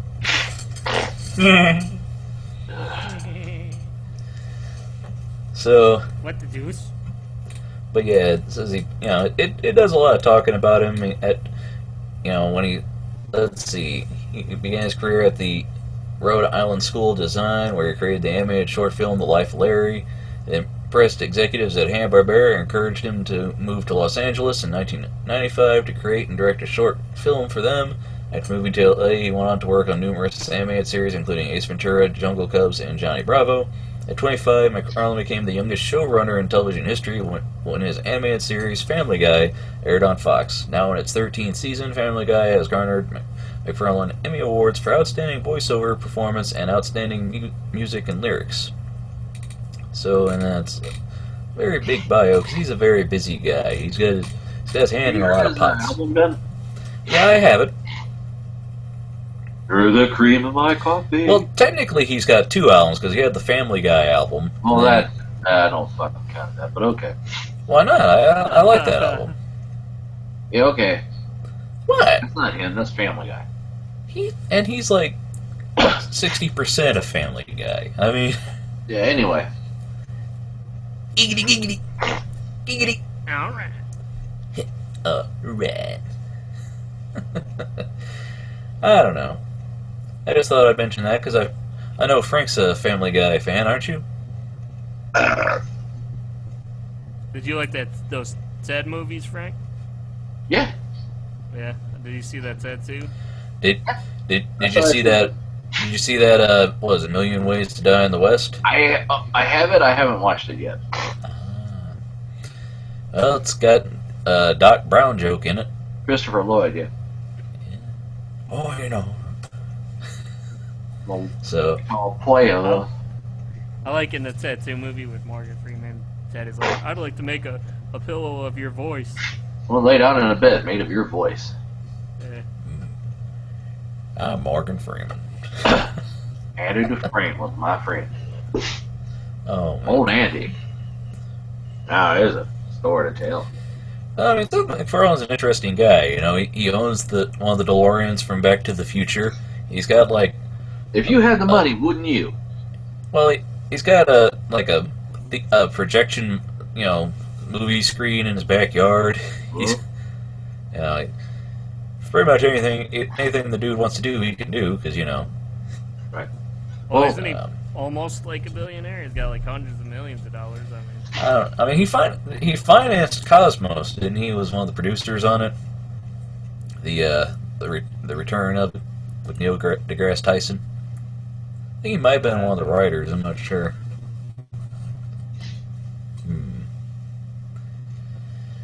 So yeah, I mean, the thing is though that there is you know, he's done a lot. You can't deny that. But then there's also a lot of backlash for Seth MacFarlane, which some people have, you know, I don't know. I mean, considering the guy, he has like how many shows on the air right now? Family Guy, American Dad. Formula Bin?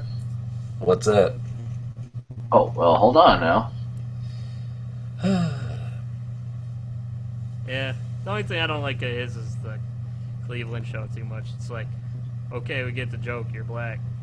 I mean, I don't know. I mean, anybody that does that many things, you know, some things are going to be hit or miss. Like, you know, there's that Seth MacFarlane's Cavalcade of Cartoon Comedy, which I have that. Yeah, it was a little weird. Well, did you see what I just posted there, Ben? Take a look at this, I guess. I want to see this now. Redirecting me to, let's see. Okay, lovable idiot with a hot wife, loser son, a daughter who hates him, a comically sized sadist, and a non-human best friend. Well, If the shoe fits, strap that motherfucker on and wear it. how professionally said. well, anyway. So, Why are you on so to stuffed tonight's up, main Frank? topic. Oh, no. You doing some blow or something, Frank? I got the sniffles. And he's also hiding in the dark. So. Yeah. Yeah. And then there's some cops in the background. Yeah. Oh, my ride's here. So I guess that ends up the news. And we were trying when your shit was cutting out. We were talking about these,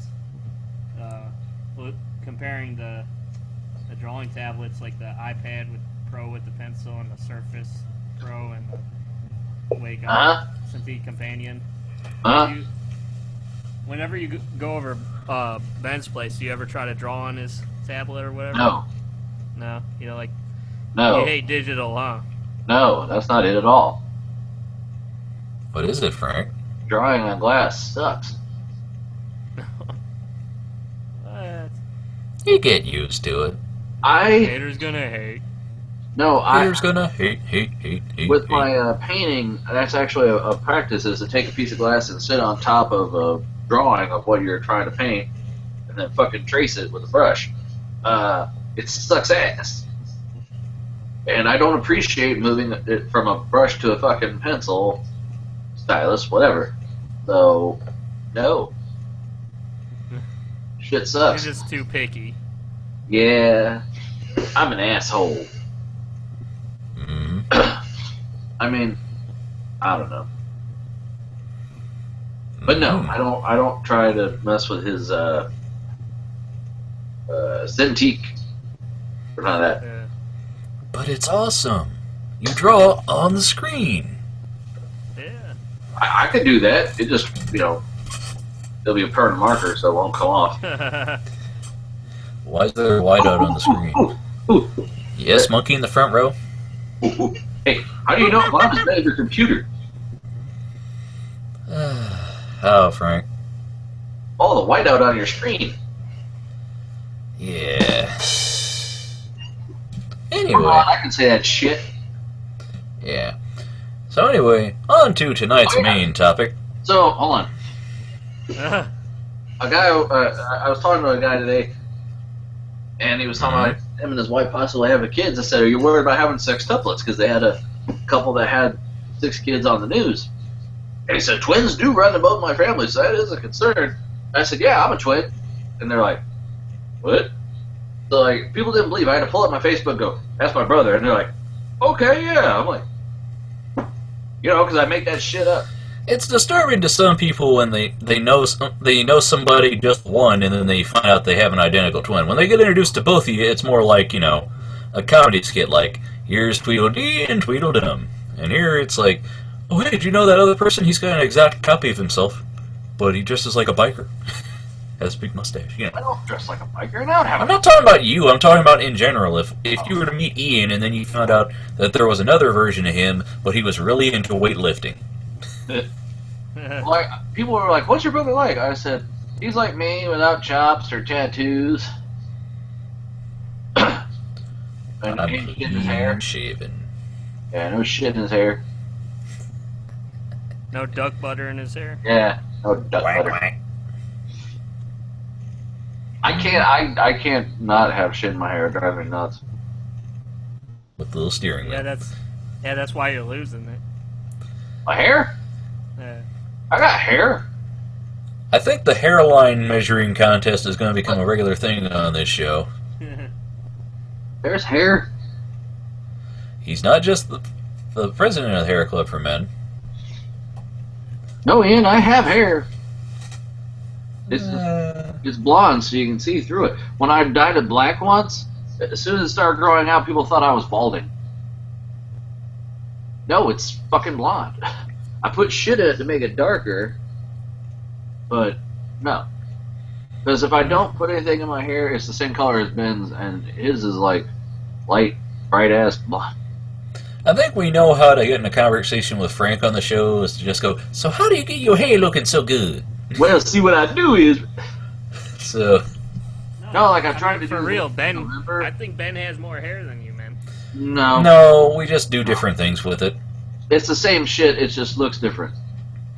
So... But when I tried to grow a beard, the sides come in dark brown, and then right in the middle, my mustache and everything is bright blonde. So you can't even tell I have a mustache unless you walk up on me. It just looks like I drank milk. Or yeah, you have to grow. We have to grow like Colonel Sanders' length for people to notice no, it. it's even when it's fucking long, they're like, that don't look right. Get rid of that.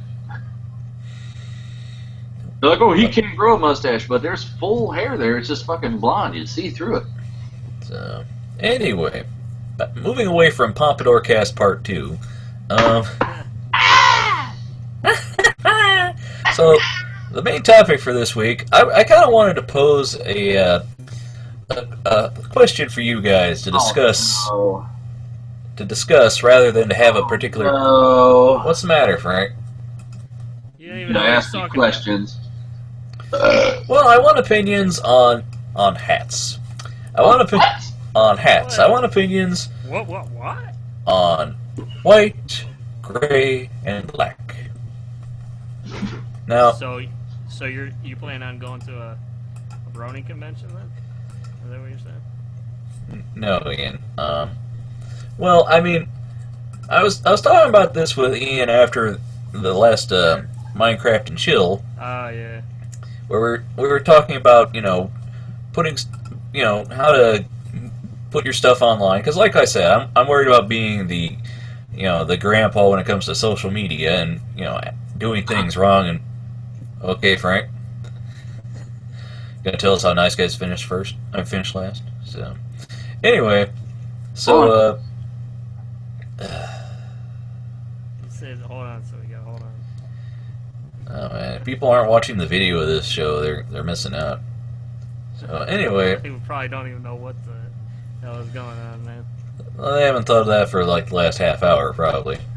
So anyway, so there's the hacker hat colors, and also the way I came across it really was from a CEO. When I was looking into how to market your e-business and your artistic endeavors and stuff, and there's ways to promote. They call it white hat marketing, gray hat marketing, and black hat marketing. So it's the same as the hacker argument. I'm sorry, I can't take you seriously with that hat on, Frank. Yeah. So I'm so black hat. I'll get the Skynet to infect all of your things, so you just see No red hat nothing for but like Ubuntu. Viagra commercials. this isn't a Linux argument, Frank. It's comparison to hackers and SEO and marketing tactics. And let's just boil it down. My bots will devour your computer, Ben. Well, let's boil it down. Is that black hats are basically the people that will do things for their own benefit. That it's the idea of what the media portrays hackers as is the ones that are out there stealing people's info and Mr. selling them to governments and stuff. White hats are the ethical hackers, the ones that do it to show companies their security exploits and are have good ethics. And then the gray hats are the people that they're not necessarily good or bad. They might do things for they might break into the security of a site and then give that information after the fact to the company, but they won't they'll do stuff that's technically illegal, and so it's it's more of a gray area, hence the gray hat thing. And I've been thinking about this topic because I wanted to talk about marketing and SEO and web stuff, because I was looking online trying to figure out ways to grow my audience and ways to do things, and you run across some that are just like, well, that's gross, and I pose the question: when is it you're doing the thing that's just running the numbers and stuff that's expected of you? Like you're expected to put out press kits, and you're expected to have a Facebook page, you're expected to have a lot of different things for promoting your work, but then there's the guy who's like, okay, so you go to Fiverr and you buy like 20 websites, and you pay other people to make up fake YouTube accounts, and then you have them all subscribe to you, and then you buy this bot, and it's just like, Yeah. That's what I want to ask. Like, you're talking about the things that are, like, what are the really shady things that you've seen that's out there, like the bots and stuff, and buying subscribers and people that aren't even real humans, Yeah, well, I mean, that's the thing is, like, I very recently, I got so tired of whenever I go to my Twitter page, because Twitter's the best way, their homepage is still the best way to view your feed. They have different apps and stuff, but I just go to the homepage, and unfortunately, it would always show me how many people I was following, how many people were following me, and every time somebody unfollowed me, in my mind I would just sit and go, I bet you that's somebody I just followed, and they were only following me for the follow. And it's like, I'm like, I don't want to think about that. And unfortunately there are communities for people that there's on Twitter there's follow for follow, and on YouTube there's sub for sub, where the whole idea is, oh, you've subscribed to my channel, I'll subscribe to yours, and we'll cheat the system. And some people, they're like, that's not bad. Other arguments are, if you do that, you're aligning yourself with people that will just follow anyone if they think it'll raise their ship, and instead it's everybody's kind of in. There's all kinds of movements you could compare that to. You know what I mean, Ian? Yeah, but like, I guess I'm asking, what are some of the things that are like pretty much straight up illegal practices that you want to stay away from. Well, I mean, there's just when it's paying people to make fake things, and but there are things that they say, oh, here's how you guaranteed get so many thousand followers or whatever. It's like, well, that doesn't guarantee the quality of those followers. It doesn't guarantee that any of them will stick around. And then also, are those people coming, following you because of this way that you follow? Like one guy was saying he would follow like 200 people a day and then have his bot unfollow people that didn't follow him back. And it's like, I've had that where people follow me and then I'm like, okay, I'll follow them, and then they unfollow me like the next day, and I'm like, man, I feel offended with that. It's like I would legitimately rather have a small group of people who like what I have to say and want to talk with me, or like what I do and want to follow it, rather than people that are just looking for the statistic. Yeah, I guess so. I'm just thinking of like using bots and stuff. That's very unethical, right? Yeah, but I mean, the question is like, how much of it is like, what's expected of you? Like, promoting your site to all this. Like, there are, with search engines, there are sites that you go through one and it'll submit your podcast or your webpage to all the different search engines, or you go to, there are things to make things easier, but. Well, when you spam people, that's bad too. Well, yeah, that's another. Is like when it feels gross. That's my feeling with some things. Gross. It's like, I mean, there would be people on YouTube and Facebook that are just like, look, man, the secret is you just gotta, like you get like 20 accounts, and then you gotta have a bot that posts on so many on each of those accounts, and then the next thing you know, it's like, that feels dirty. That just it doesn't feel like there's any legitimacy to the people that are doing it. I mean, it's a. Did you ever see that movie Moneyball with Jonah? Was it Jonah Hill? Yeah. Where they were where they beat another team or whatever by statistically just getting people that marginalized and did better, and it was a numbers crunching thing, and it's like, it's kind of, I don't know. Well, so you're trying to figure out you're trying to draw the line of efficacy with this. I guess you're trying to ask our opinions on that. Yeah, I'm just trying to get a read from you guys of like, I want a discussion. I'm not here to say this is A and this is B. I'd like to know. Talk about yourselves.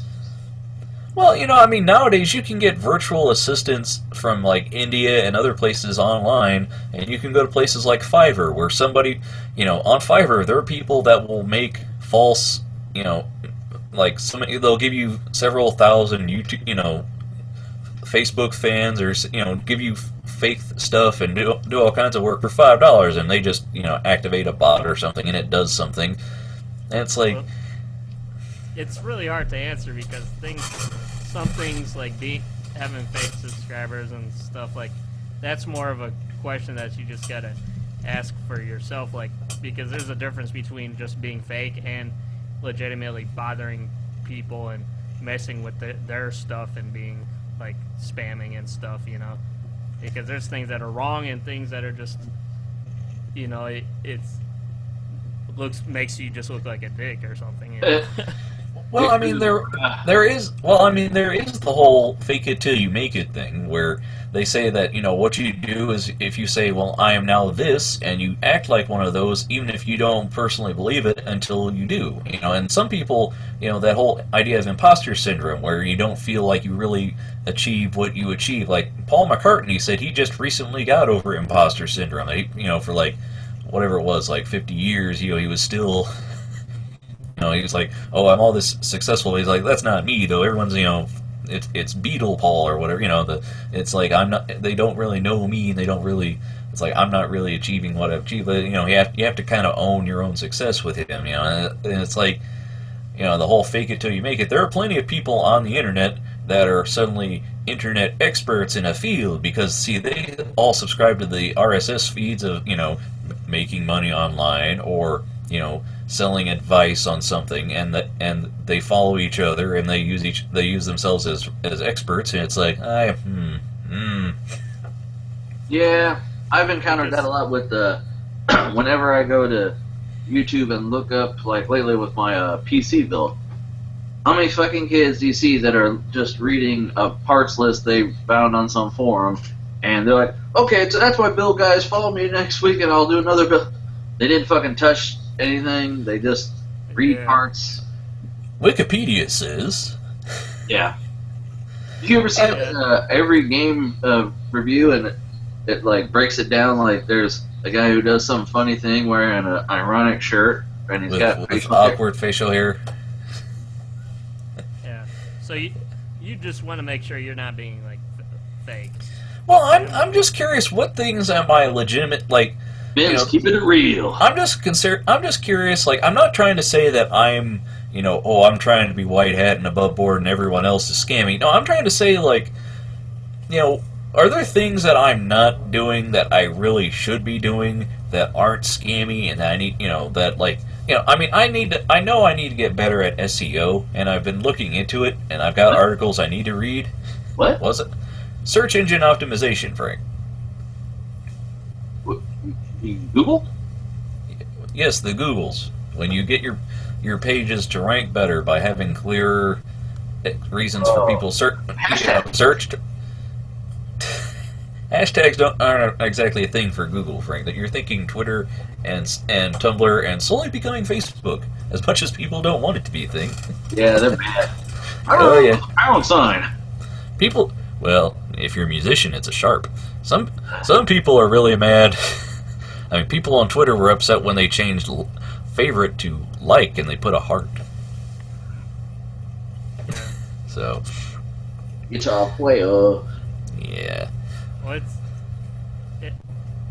it's hard. I mean, you're asking like, how much is it okay to take advantage of something? Am I not taking advantage of it enough? Am I not doing as much as I can? I mean, it's hard for us to answer because I don't know what your whole setup with your website is and what you have your marketing already is.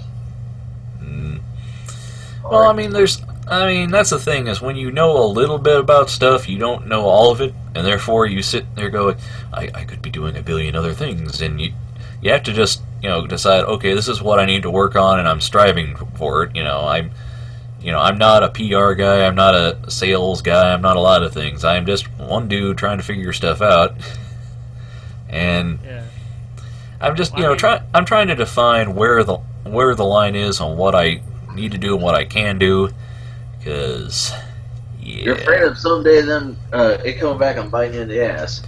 Well, I don't want to join some web ring or do something and then have everyone go, these people are and that's a very likely thing to do now with things like Tumblr and the internet, where it's like you post one thing that's a joke that you don't mean, and it's taken seriously by people, and it's on the top page of the news, and next thing you know, you're getting fired. It's like that's the joke that they made on South Park. I just saw it today. Is like being too politically correct is it's become like almost bullying, where they'll jump down. People who are politically correct will jump down your throat on like anything that you say, despite your intention,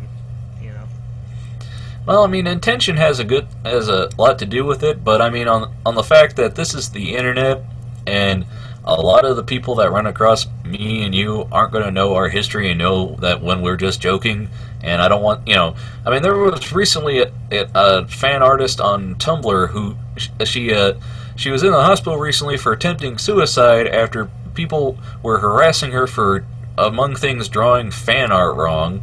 And apparently there were like over 40 sites dedicated to crapping all over her and complaining about the what she does. And it's like, well, yeah, that's a horrible thing for anybody to put up with. I mean, yeah. I mean, I remember there was a tool for Tumblr that I used for a while, XKit, and after a while it kind of went, stopped being supported, and there wasn't any word on development. And then I went and read the story about the guy where apparently it was on somebody on a blog was asking if his name was linked to anything with like sexual harassment, and then that snowballed into people giving him death threats and saying he was, you know, a victimizer or something, and like there was none of it was ever, you know, nothing ever came of it, but you know, as fact, other than people wanted to rally around and burn him at the stake. So you don't want to be this generation's Fatty Arbuckle? What you're getting at, Ben? Yeah. But seriously though, that's a good way to sum it up. Well, you know, I'm just curious, like, you know, what are some things that you guys heard that people do? Because I've heard people like say like, oh, okay, so I, you know, decrypted this, and then I bought, you know, did some bot stuff with this, and it's just like, oh, that makes me uncomfortable. Justin Bieber has a bunch of fake Twitter followers. That's not really surprising. I mean,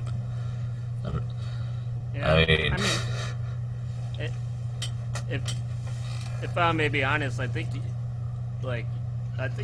you're worrying about it a little bit too much, because I know you're the type of person that's not gonna try to do that. You know not to use bots and stuff that and be fake.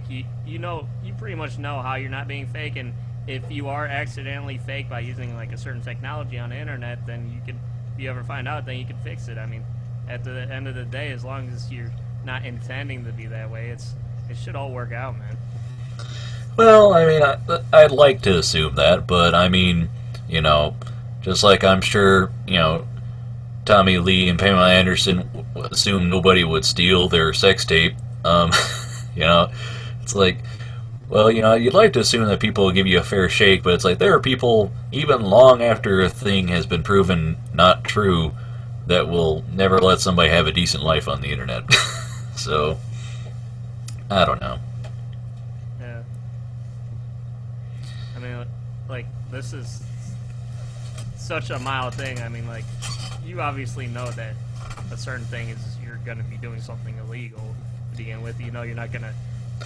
You know how not to spam people. I mean, well, that's the thing, is like, Ian is like, I'm not saying, oh, I'm worried I'm going to turn into a black hat. I'm concerned of, like, where's the line of, like, I'm doing things because I'm such a white hat that I'm missing things that, you know, that like, you know, who's it going to hurt if I don't do certain things? You know, like, search engine optimization. A lot of people, some people might think that's a dirty word, and other people are just scared by the concept. Well, you know, that's why it's hard to get better at too, it. Because you know, certain things might mean different things to different people. So, I mean, some people they're like, "Oh, we need your thing to go viral," and some people just think that random funny things go viral on their own, and that they put out stuff without linking it anywhere or posting it anywhere. It's just they put out a weird video and they think that's enough. And it's like, well, the internet's not a, you know, it's kind of a vacuum out there unless you give people a way to find you. Yeah. Yeah. I mean, like I said, it's hard because different practices are viewed by different people as, you know. It's hard out here for a pimp, man. Yeah. Trying to get the money for that rent. Haters gonna hate. It seems like you're doing a lot with your website already. I mean, you're really asking the wrong people, because I really don't have a website made. I don't think Frank does either. So it's like it's hard to say like what technologies you're missing, I guess. Well, I mean, we could apply this to, you know, what stuff is going on that you think is white hat or black hat, you know. Because, like, you know, we've talked about how, you know, advertising money is kind of a thing. You shouldn't be putting all your eggs in that basket. Now with ad blockers being very predominant, and, you know, a lot of, you know, companies will do very, you know, a little intrusive things to keep people from using ad block and going very far, and it's like you're just repelling people. Or whenever DRM comes out and it's very, you know, it hurts the people that are actually legitimately trying to give the company money rather than the pirates. You know, it's like, you know, it's a broader discussion. That's what I'm trying to reach out to you guys about. What are your thoughts on it? Well, advertising stuff, yeah, they get. I mean, there is pretty shady stuff that goes on with advertising, you know. Yeah. I'm nowhere near gonna give YouTube the $10 a month they want for a subscription, but fucking ad every fucking time I watch a video. Ugh.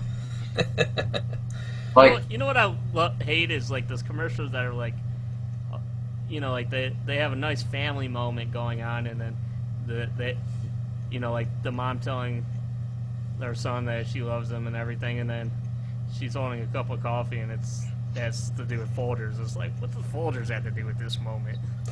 This moment of parental love, sponsored by Folgers. Yeah. The best part of waking up. No, otherwise you'd slap that child. Right. No, I like, because I watch a lot of YouTube, because I love Hulu and Netflix, but Netflix, their selection's kind of, and then Hulu, it's like still got commercials, and now they're doing like, I haven't been on in a while, but they're like, what ad experience do you enjoy? And I'm like, there's no button for none, because it's either a fucking, this bullshit. Only option I do like is when they're like, you can watch a 2-minute commercial or a commercial every couple of minutes. Think about that. Fucking one. But yeah, YouTube's got to where they have the same 6 commercials 900 times. Yeah, that's the problem. Is it's the same commercial. You don't even get variety. Yeah. Or it's anything. always the same commercial in a row. It's the same one. Like, I understand with Hulu, I'm like, okay, they sponsored shit out of Hulu. But like, YouTube, every fucking video is that same. Well, it happened with Blip too, where they would play the same commercial and they would have multiple places you could put the commercial. So you would on one video you could see the same ad 8 times. That's no exaggeration. Like, even after 2, you're just like, come on now, I'm just being taken advantage of as a viewer. Like, there's no way that. And as a person that wouldn't mind having ads on their site, the price ranging is very, like, you can run ads on your site night and day, but unless you're getting in, millions of page views, you're not really making anything back on that. And that was an argument that people, animators and other and people from when Blip imploded, where they're like, look, even with millions of followers, you can get like $36 on a video. That's like.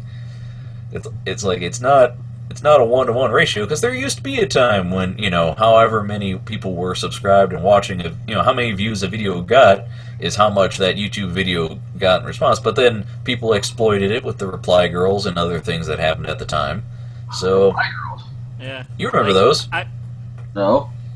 Well, whenever a video, there was a time in like 2012, I believe it was, where the popular thing on YouTube is that a video that was trending, a girl would do a reply to it, where it'd be a picture of her and her cleavage, and you click on the video and she'd be like, "Hey guys, I just watched a video," and she wouldn't say anything really meaningful, but since it would, since it would show up because it would have the same keywords that the trending video did, and the algorithm was weighted, and it would give her, and therefore she would make a lot of money on it.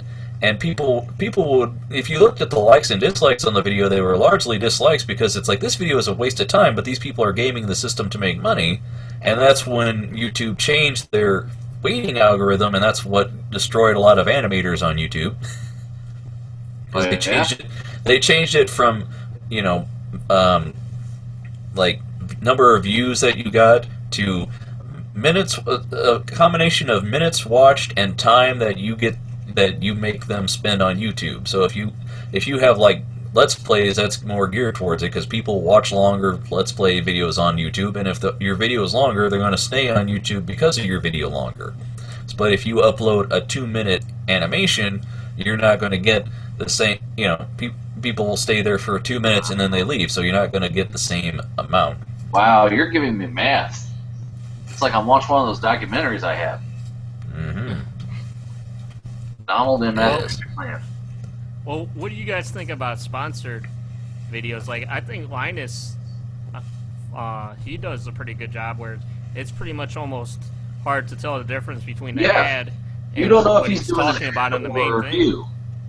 Like, if he actually, he does it right. At least it's relevant to what the thing is, See, the thing is, some people that do sponsored shows, they'll just read out an ad, but it'll be for something totally unrelated. So it's like, okay, here's this car show. Now let me read you an ad for Serta mattresses. Yeah, like And- okay. Well, like with And I love whenever podcast ads, you can tell who's been putting a lot of money into podcast recently, because it's like, oh, there's that health box, there's that eyeglass company, and you hear the same ads on like 5 different podcasts. Well, yeah, the same thing on actual radio. Like I flip through for Yucks, I'll pass through and put on the right wing station that plays like Sean Hannity.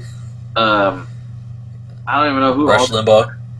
No, Limbaugh's on the weekend. Thank God, I don't listen to him on the way home. But they'll play Hannity, and on the next station over plays Grant Durham, which is some asshole, and Michael Medved, who I like because he's intellectual. He'll discuss things with you. Like, people called if they disagree, and he'll argue the point, which a lot of guys fucking won't do.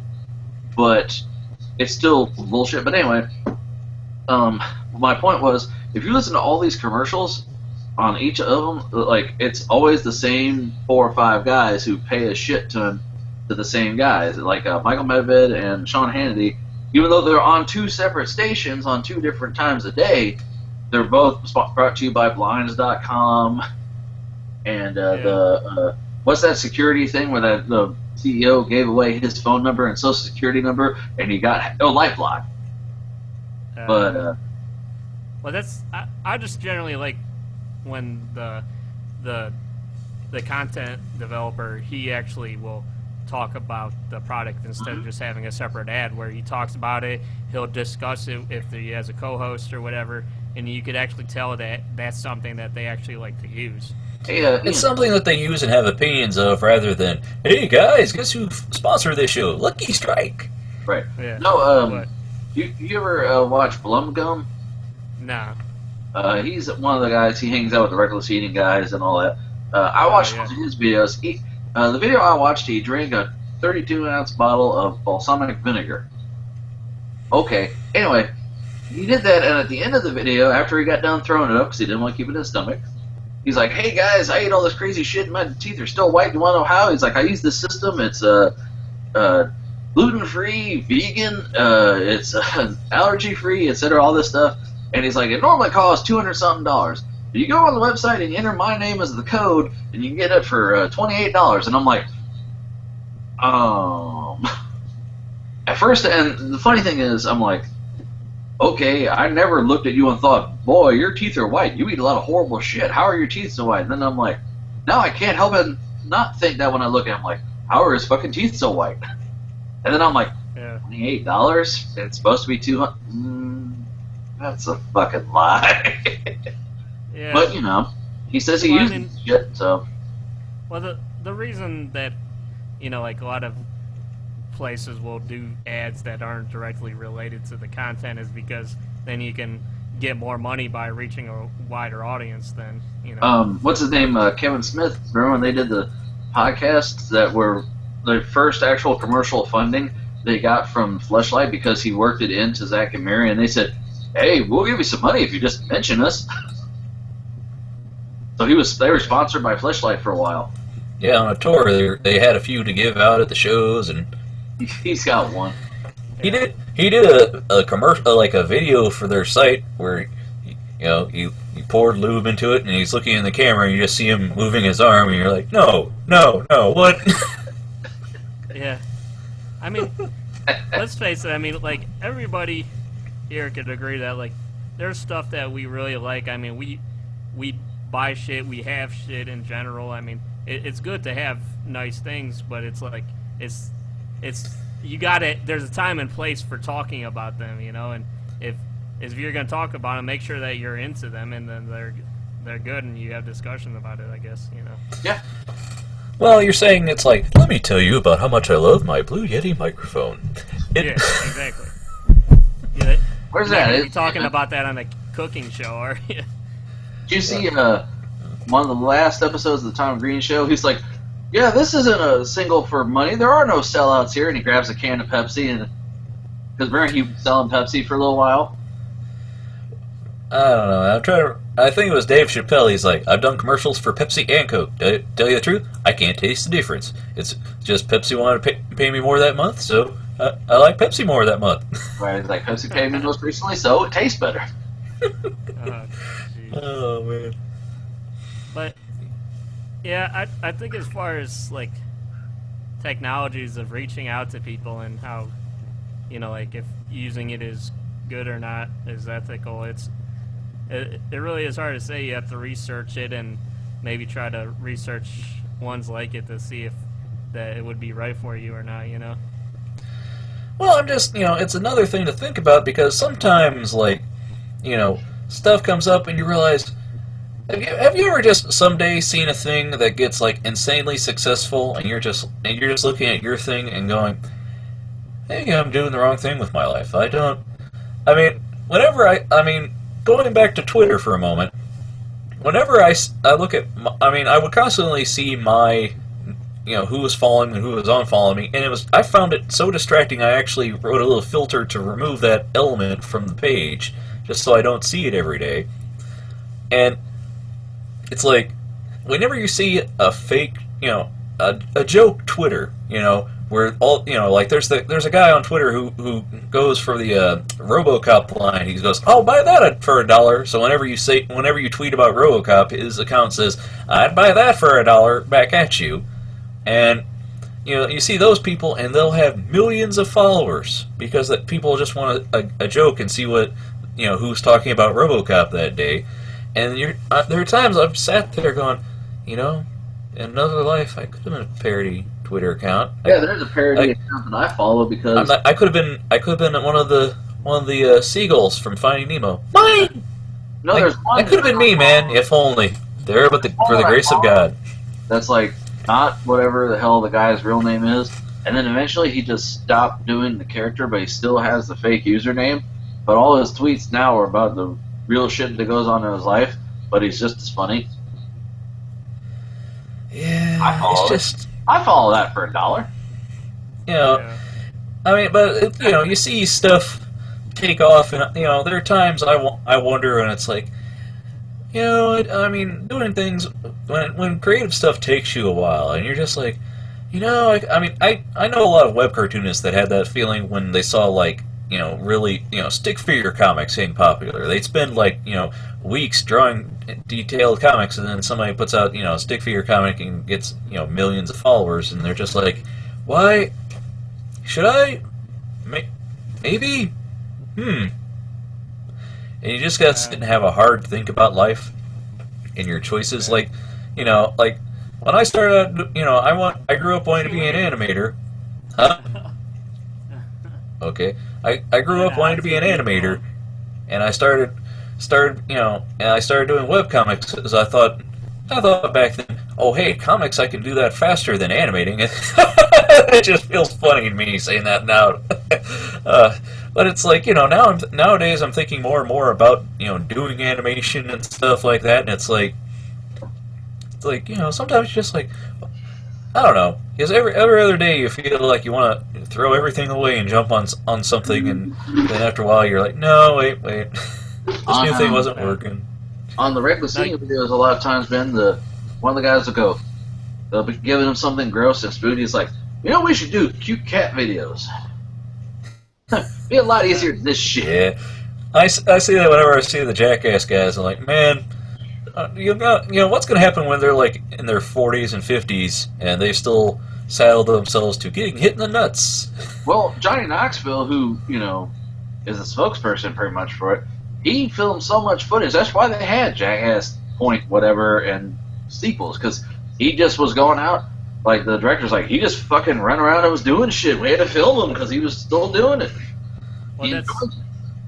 Well, that's the thing. Well, I've talked with you before, Ben, about at the end of the day, too, you got to weigh it. Like, how much do you actually enjoy doing this stuff? Like, you got to weigh that versus, making pennies versus getting the millions of views and stuff, Do something you love, you'll never work a day in your life. Yeah, that's a lie, but okay. But no. Yeah, real quickly though, time back, because when Ian saw that web thing pop up, it reminded me. It's like, whenever you go to a website, man, and they have that subscribe to our newsletter thing pop up, sometimes they're set so after you start scrolling to pop up, or sometimes you just go to a website and this big interrupting screen pops up. You have that video playing. You're not gonna do that, man. I mean, and it's like, no, I'm saying though, it's like when I started my newsletter and I put a thing on my site, I distinctly wanted to make it so that people would click on it before that alert would show up and say, hey, you can subscribe by clicking, typing your info here or whatever. And it's hard to find, and I found it hard to find a thing that would just make it so I could make it click and then they would have a form to fill in. Like, everything was all about, we'll just plaster it on your site before people even see what you have. They load it and they have to close it or subscribe to get through it. And there's a website called tabclose.didn't.read.tumblr, I think it is, where it's just pictures of when a website has those things and it blocks the first thing you see, and the messages are so infuriating. You're like, they're like, oh, click for all these up-to-dates. It's like, I can't even see what you're hiding behind your ad. It's why, and it's just infuriating. And like, as to how many, people are like, oh, it converts, even though I've seen, Google did a survey recently where they're like in-app, things that show up and tell people to subscribe to things, they actually don't work and they just upset people. So it's just like, I'm like, how do I know that the experience I want to create for people versus what, working for the benefit and negative effects. It's like, if I don't have the thing that pops up as soon as you get to my site, well, some people might subscribe to your newsletter, but it's like, I really don't want to be that guy. But then do they sit and go, well, he didn't abuse me by forcing me to sign up before I could see anything, so maybe I will sign up for his newsletter. It's like, I don't know. I don't know, but I don't know, bro. Do you want to see what is really unethical? Here, check this photography forum. The spam bots have gotten so bad on his forum here. Look at all these. Oh yeah. Oh man, Toon Boom's forums are kind of like that, where every so often just they'll either reply to old topics, or it'll just be full of weird stuff, and it's just like, why? Like, I mean, I remember for a while when I was looking at forum software, they were like, PHP bulletin board. It's a great program, but unfortunately it is so targeted for hackers that like no security updates can make it safe. It's like having, it's like going, well, look, you get a Windows machine, you're just going to have to deal with viruses, and you use this software, well, you're just going to deal with spam. You're going to get spam. It doesn't matter even if nobody posts on your forum, somehow spam is going to come in and get it. And it's like, it's so weird. Like, who is this for? I mean, other than to screw with search engine optimization, obviously, where they're like, yeah. So it goes back to that, and it's like spammers. Some people are just like, oh, why do spammers do what they do? It's like, well, they only have to have so many people, hit. If they have a few, then it costs them nothing to spam and harass people with stuff. Yeah. Where's the trivia? The owner even said, like, the spam bots get so they've gotten so intelligent to bypass certain things, and like it's even hard, like, for some of the posts it looks like it's a normal human posting something real, but when you actually read it, it's just advertisement text. Yeah, I know. It's like AI bots are gonna take over the fucking internet, man. Yeah, I tried to post something funny on Groundhog Day. I put Happy Groundhog's Day, and then immediately after I tried to put Happy Groundhog's Day, and it's like, you've already posted this once, that's all. Don't do it again. Like, damn it. But that's funny. Maybe I should have post in between and then do it again. That's why we can't have good days, Frank.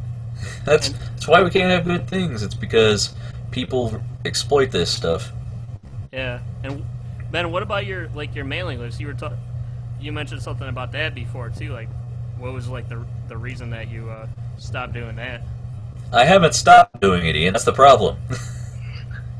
That's my point. It's like, well, I didn't want to be aggressive and shove it down people's throats, but then, well, what do I do? And how do I not? And if you go to my site, I've tried, like, I've got a slider on my site that shows the most recent post, and I wanted to pin the news sign up for the newsletter to the first thing that shows up. So even though new stuff shows up, that'd be the first one. But I couldn't find one that would pin.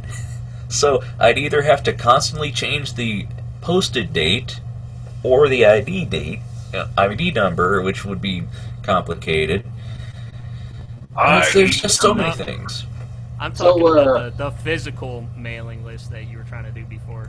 I wasn't trying to do a physical mailing list. I got a physical mailbox to put so that I could send out digital mailing list. So we're gonna do the trivia because we're running on like how many hours now? All right. Time for trivia. It's definitely a large topic that you could go on forever about. I just wanted to have a discussion with you guys, but now it's time for trivia with Ian. Yeah. Well, I don't want you to think that we're not. I hope you got some answers. I mean, you sound like you're disappointed now or something, man. I'm always disappointed in you guys. Cool. Cool. Now Frank wants to beat us at some trivia. I just want to go home to my family. You always Your family doesn't love you. Come on now. Marathon shit. Well, Ian asked you if you really like being here, and now you're sitting here going, well, maybe I don't. Maybe it's just some Patty Hearst stuff. I want to go home to my family. Well, what are you going to be doing? You're just going to be playing Minecraft anyways, and you were doing that during the show, so, like, what's going to be changed? Do we want to do some Minecraft trivia? How about I don't give a fuck? What trivia do you want to do, Frank? What did I just say?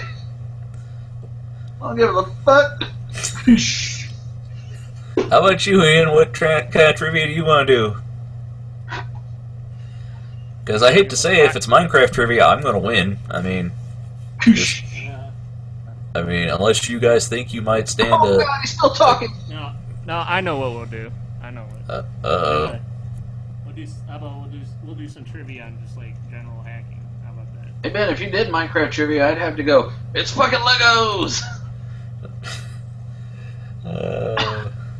I'd answer every question. It's fucking Legos.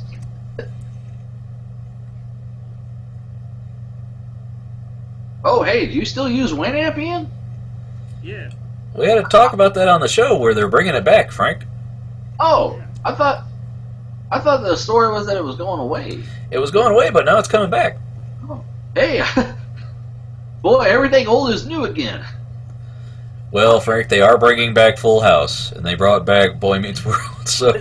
No, it's Girl Meets World now. Now, remember, Ben, I'm going to PC now, and I'm going to get fucking Winamp again. You're going to PC, and next thing you know, you'll find Kazaa, and No. I hope you'll get on Napster. No, I hope I get that bot where I can mail bomb motherfuckers. Oh, I hope I don't lose my AOL account again. Again. That's actually that happened. Yeah, I know. I remember you tried to blame it on me, and then they said, "Well, we got an e-bomb from somebody with the name RX42." They're like, "Oh, that's Frank's account." Your AOL. All you do was call back and say, "Hey, I want AOL," and they go, "Okay, here's how you sign up." And they were actually American. They weren't from like India. Amazing, Frank. America Online from America. No, I've never seen the movie Hackers, by the way. I know some people love it. What a treat! I've heard plenty about it. Did you see it, Frank? Is that why you clicked? Yes. It's a shitty movie with Angelina Jolie. There's 2 reasons I saw it. Did you see Sneakers? That I recently saw that. It was a good movie. Sneakers? Yeah. Like, is it a show? Is it about shoes? No, it's a hacking movie. Never fucking heard of it. I remember there was a horror movie about some where some kids were being babysat. They're like, "We're hackers. We can get into your school's computer and change your GPA. All right, what do you want to exchange? Well, we want to see your boobs." Yeah. So she's like, and then like she got murdered or something. You're thinking the Ghost in the Machine. They wanted to go into her DMV record and get rid of her traffic tickets, and she showed them her boobs with her bra over top of them. And then the dishwasher, they executed a guy. He's in the electricity, and it goes into the dishwasher and electrocutes. That sounds like That sounds more like Lawnmower Man. This was a Skinamax movie, Ben. Well, it was like we've said before. It was back in the day when the best you got was a movie that had some boob because that's what was around at the time. Now you can see boobs anywhere. Yeah. So those kind of movies are kind of, who's this for? Okay, so what's the trivia you want to do there, Ian? Sorry, we got off topic here. No, that's good because I'm trying to look for a topic. Do you guys want to do an average one about computers and movies? About sure. Computers and movies, Frank. Oh, yeah, sure. And then we could do computers before the PC, I guess. That's a tough one. Just pick one. Calm down, dude. You act like you're gonna miss something after this, dude. I mean, what are you gonna do miss after time the in my show, bed. Frank? Are you gonna play Minecraft after this? What are you gonna do? What you gonna do? You gonna be shot callers? Alright, so let's start the trivia. I'm afraid All to right. answer my question first. Frank? What? Yeah, what are you gonna What? do after the show? It's a simple fucking question. Oh, I don't know. I've been on the Not show big so on the show? long, I forget what I do when I'm not on the show. I forget what it's like on the outside. Right. I mean, like, whatever, man. Even though I'm watching a movie I like, I want it to end at some point. In this film, a common everyday laptop was capable of not only communicating with incompatible hardware, but with alien hardware. What's more, it was able to upload a virus to bring the alien technology crashing down. Was it Alien, The Matrix, Independence Day, or Aliens? Ian?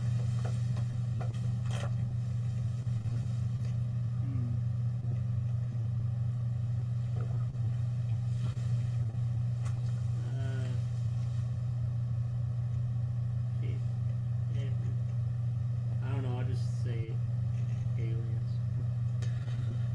That would be Independence Day. Yeah, it was Independence Day. Yay, Independence Day! The original Alien movie was in the 70s, so the sequel, at best, would have been in the 80s. And laptops, although they existed, that'd be pushing it. In this film, a computer is capable of using a laser to physically transfer a human into its memory. Once there, he must compete with other programs to survive. Is this Tron, War Games, Hackers, Antitrust? I'm gonna go on a limb and say Tron. Tron. Okay, I'll just say John Cena. Tron. What the hell? His computer doesn't want him to get the point. According to the film Hackers, what are the 4 most used passwords? Love, 6, secret, God. Secret, 6, password, word. Love, password, secret, username. Password, Drowsap, God, username. Frank, this would be you. The first one.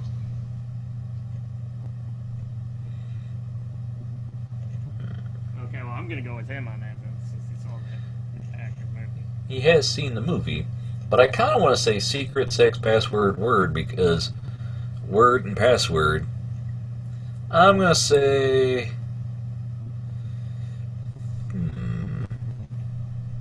I'm going to say the first one.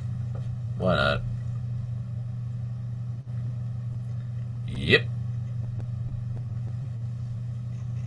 So, this film used a computer to translate a script written in an ancient and forgotten language. Blade, The Matrix, Tomb Raider, Underworld. Ian?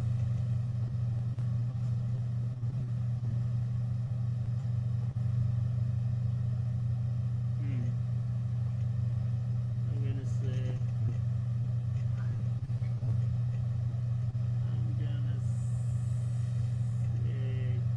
Tomb Raider? Yeah, I'm going to say Tomb Raider as well. Me also. Oh, it was Blade. I remember that shit in Blade. Blade. Blade. Oh well. That's fair enough. Which one of the following movies had programmers actually writing code as opposed to moving 3D objects around and making a pretty shape? Giant Mnemonic, Swordfish, Antitrust, The Lawnmower Man. Yeah, this is me, huh?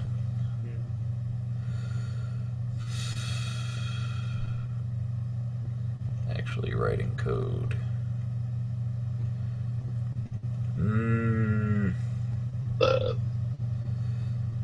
Well, I mean, I don't know anything about Antitrust. Swordfish, wasn't that like a Morgan Freeman movie?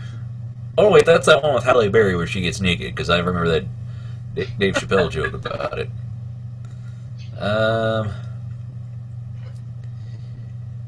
mean, I kind of want to say Giant Mnemonic to give it credit, but then again, it was a movie where you plug your head into the computer. So, I'm going to say Swordfish. I'm gonna say The Lawnmower Man just because it's the most fucking out there answer. Well, yeah, but that one used a lot of CG, so I figured it would be, I don't know. How about you, Ian? I'll just say The Lawnmower Man. Johnny Mnemonic. Antitrust. That was, None of us got that one. Alright.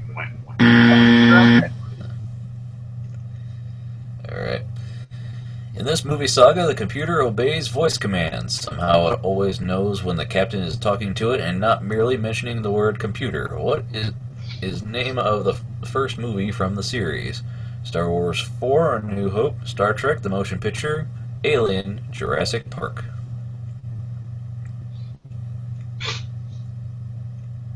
Okay, is this Frank or Ian? Or I think it's Frank's. Okay. Oh, me? Ooh, me? I'm gonna say Star Trek: The Motion Picture. Ian?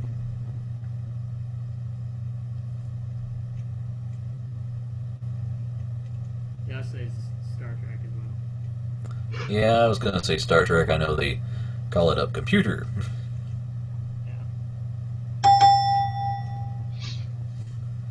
So, we all know Keanu Reeves starred in The Matrix, where he had the ability to plug a computer into the back of his head. This is not the first time his brain has directly interacted with a computer. Which film had Keanu using his own brain as storage for computer data? Freaked, Giant Mnemonic, Bill and Ted's Excellent Adventure, Chain Reaction. Ian?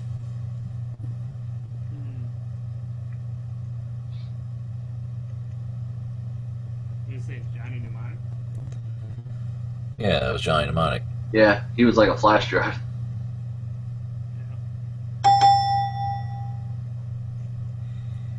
In Antitrust, Tim Robbins plays Gary Winston, owner of a large software company and all-around bad guy. What real-life person was Winston based on? Donald Trump, George Bush, Bill Clinton, Bill Gates.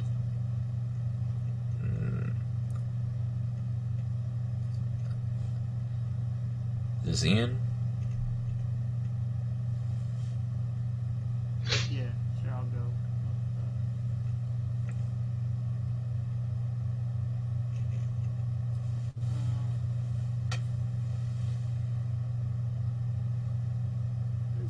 I'll just say Bill Clinton.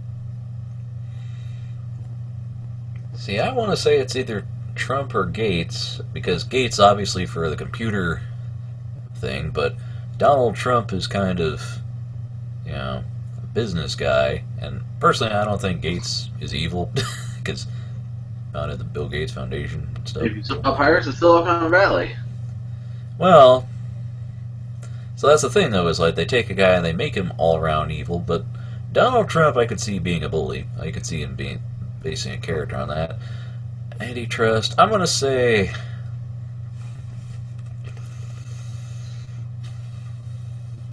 Bill Gates, I guess. I do as well. Yep, Bill Oh, hey, Gates. look at that. Amazing. See, if it was based on Donald Trump, it would be like a real estate tycoon thing. This film has Matthew Broderick hacking into a military computer and almost starting a nuclear war. Blade Runner, War Games, Godzilla, Sneakers. That movie Ian was talking about. Okay, it's my answer. I'm gonna say War Games. Yeah, that was definitely War Games, I as well.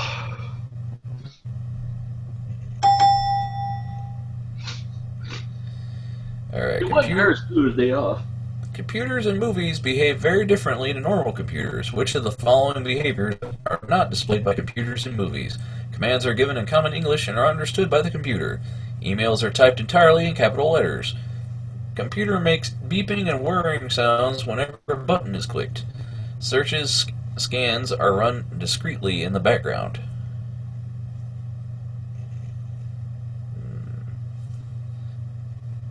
Okay, so That's a very weird question,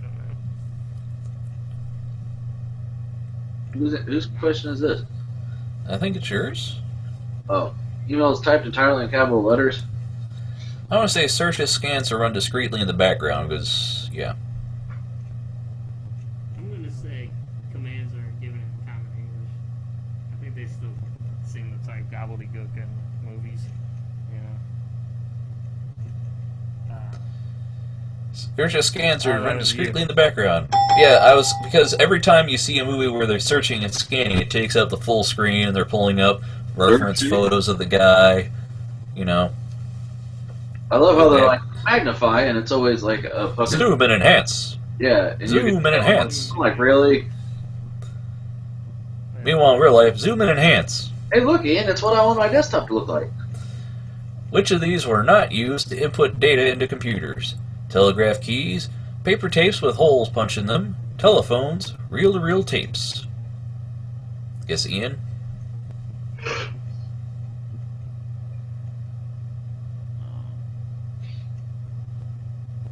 These are not used.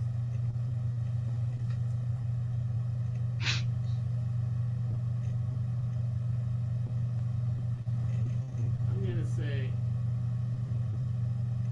Dude, this is a hard one, man. That's what she said. No, Frank, you did not say that. In your case, you said that's the soft one. I'm gonna say real tapes. What are you gonna say, Ian? D. Telephones? I Ben? said D. I'm sure you're familiar with that letter. Oh. You think- Reel-to-reel tapes. Ben? Well, the thing is, telephones, if we're talking about before the PC, telephones came around with the internet and stuff, with modems. But if we're talking about before, they might not have been used. But then telegraph keys, because paper holes punched in, paper tapes with holes punched in them came around, I think, based on telegraph keys, didn't they? So this one is a toss-up. It's either telegraph keys or telephones. And this being the first one, this kind of quiz could go either way. I'm going to say telephones. I'm gonna say telegraph keys. Alright. Oh. Oh. Oh shit! So you guys are back tired again? Alright. Tracy Kidder's 1981 Pulitzer Prize winning book, The Soul of a New Machine, was written about the development of which Massachusetts company's super mini-computer system? Data General's MV8000, IBM's S360, Bell Labs Unix, Dex Vax. This would be me, huh?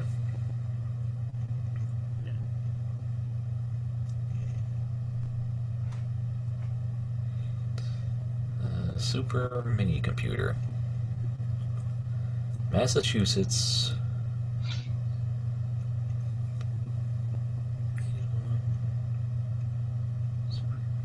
Computer.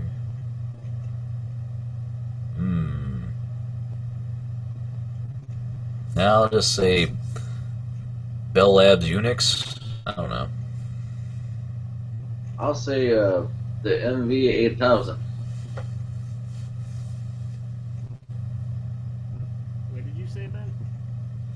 I said Unix. I'll just say Unix also. Oh, Data General. Frank got it. Frank got that one. Welcome to the Frank Pull Stuff Out of His Butt trivia night. Who was Grace Hopper, the inventor of COBOL, Bill Gates' first secretary, the person who gave IBM the nickname Big Blue, the designer of the ENIAC computer? This would be Frank.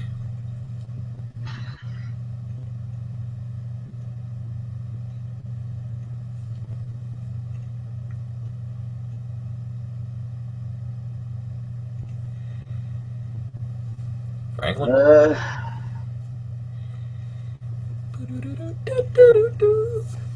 Well, crap out of my ass. I'm gonna say the designer of ENIAC. Ian? Gonna say. The Well, I ENIAC, remember- I think we answered that before. We've answered this question before, but she was the inventor of COBOL. So that's what I'm going with. He's right. She was the inventor of COBOL. And then swings back to tied with Frank. What is core? Power transformers, memory, the center of the computer, the building the computer was housed in. Ian?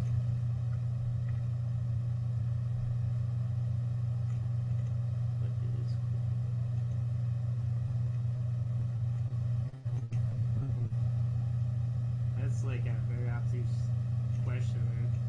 Is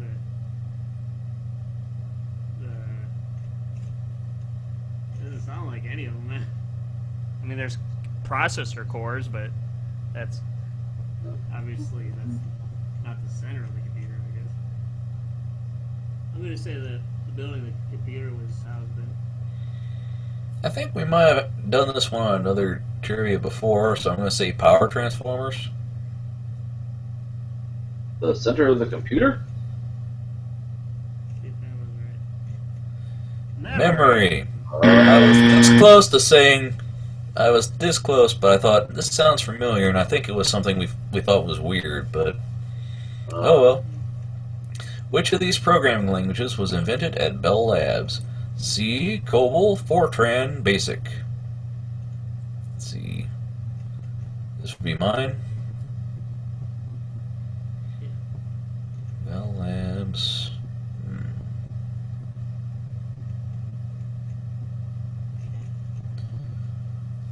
So if I knew that lady invented COBOL, but I don't remember who she worked for. Was it Bell Labs? I'm gonna say Fortran. I'm gonna go with the COBOL. Basic?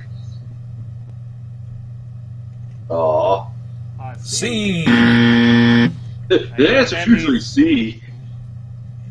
Well, You guys are at a tiebreaker, man. So you Well. gotta go ahead and all right. More Which questions. company's computers ran the Multics operating system? Digital Equipment, IBM, Honeywell, Compaq.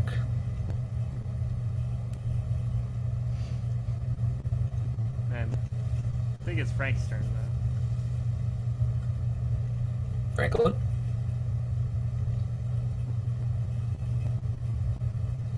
Digital equipment? I'm gonna say Honeywell. And the answer, Honeywell. Where's my champion music? Where's my victory dance? Yes, There he is, Rich. I am the winner. I am the greatest. Now I am leaving for no apparent reason. Well, That was a. Go ahead. for our audio listeners, I had 5, Ben had 10. He won with 10, and then Frank had 9. So they were neck and neck. Mm-hmm. So good job, guys. Yeah, I'm just gonna say for the let's pull answers out of our butt trivia, that one was a lot closer than it really had any right to be. So. Oh, okay, so you're saying I suck? No, I'm saying Yeah. neither of us Yeah. should have been able to get that level. I mean, we did how many questions? 15, and I managed to get 10 right out of that. I find that highly suspicious. A lot of it was guess, which sounds like it could be some real shit from back in the day.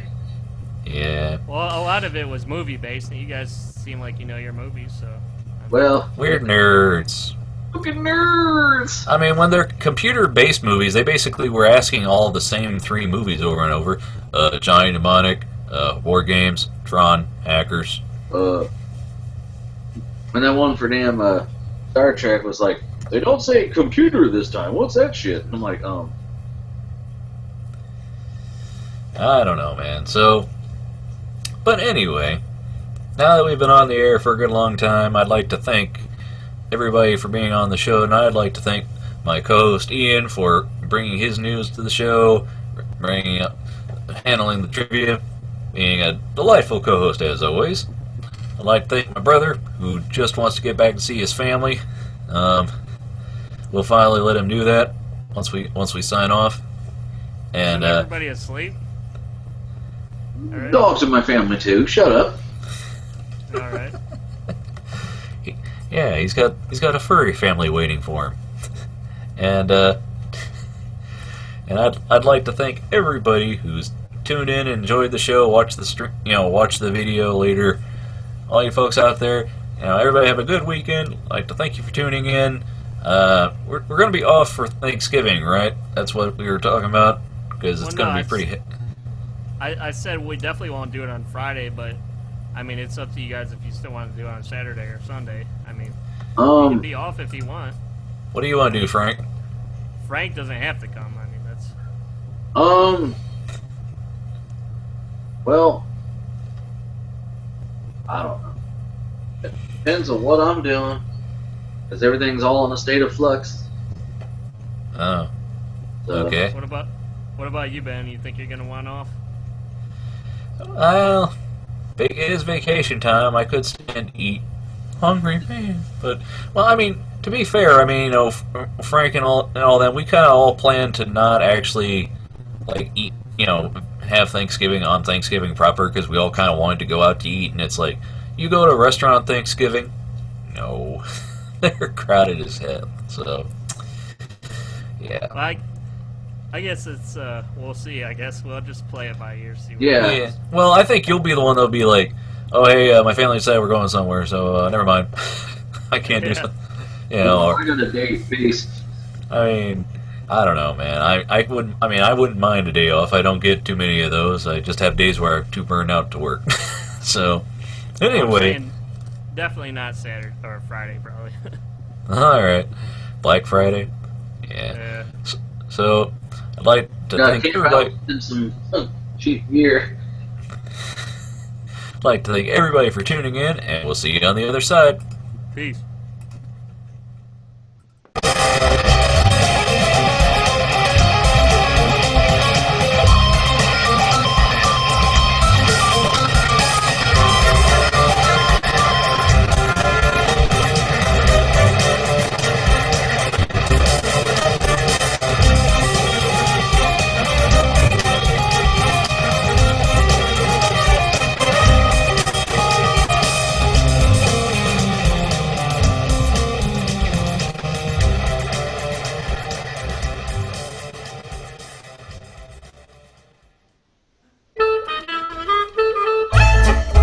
find out more, visit NoRightsProductions.com. Follow me on Twitter at twitter.com/NoRights. And hey, why don't you check out my Tumblr at NoRights.tumblr.com.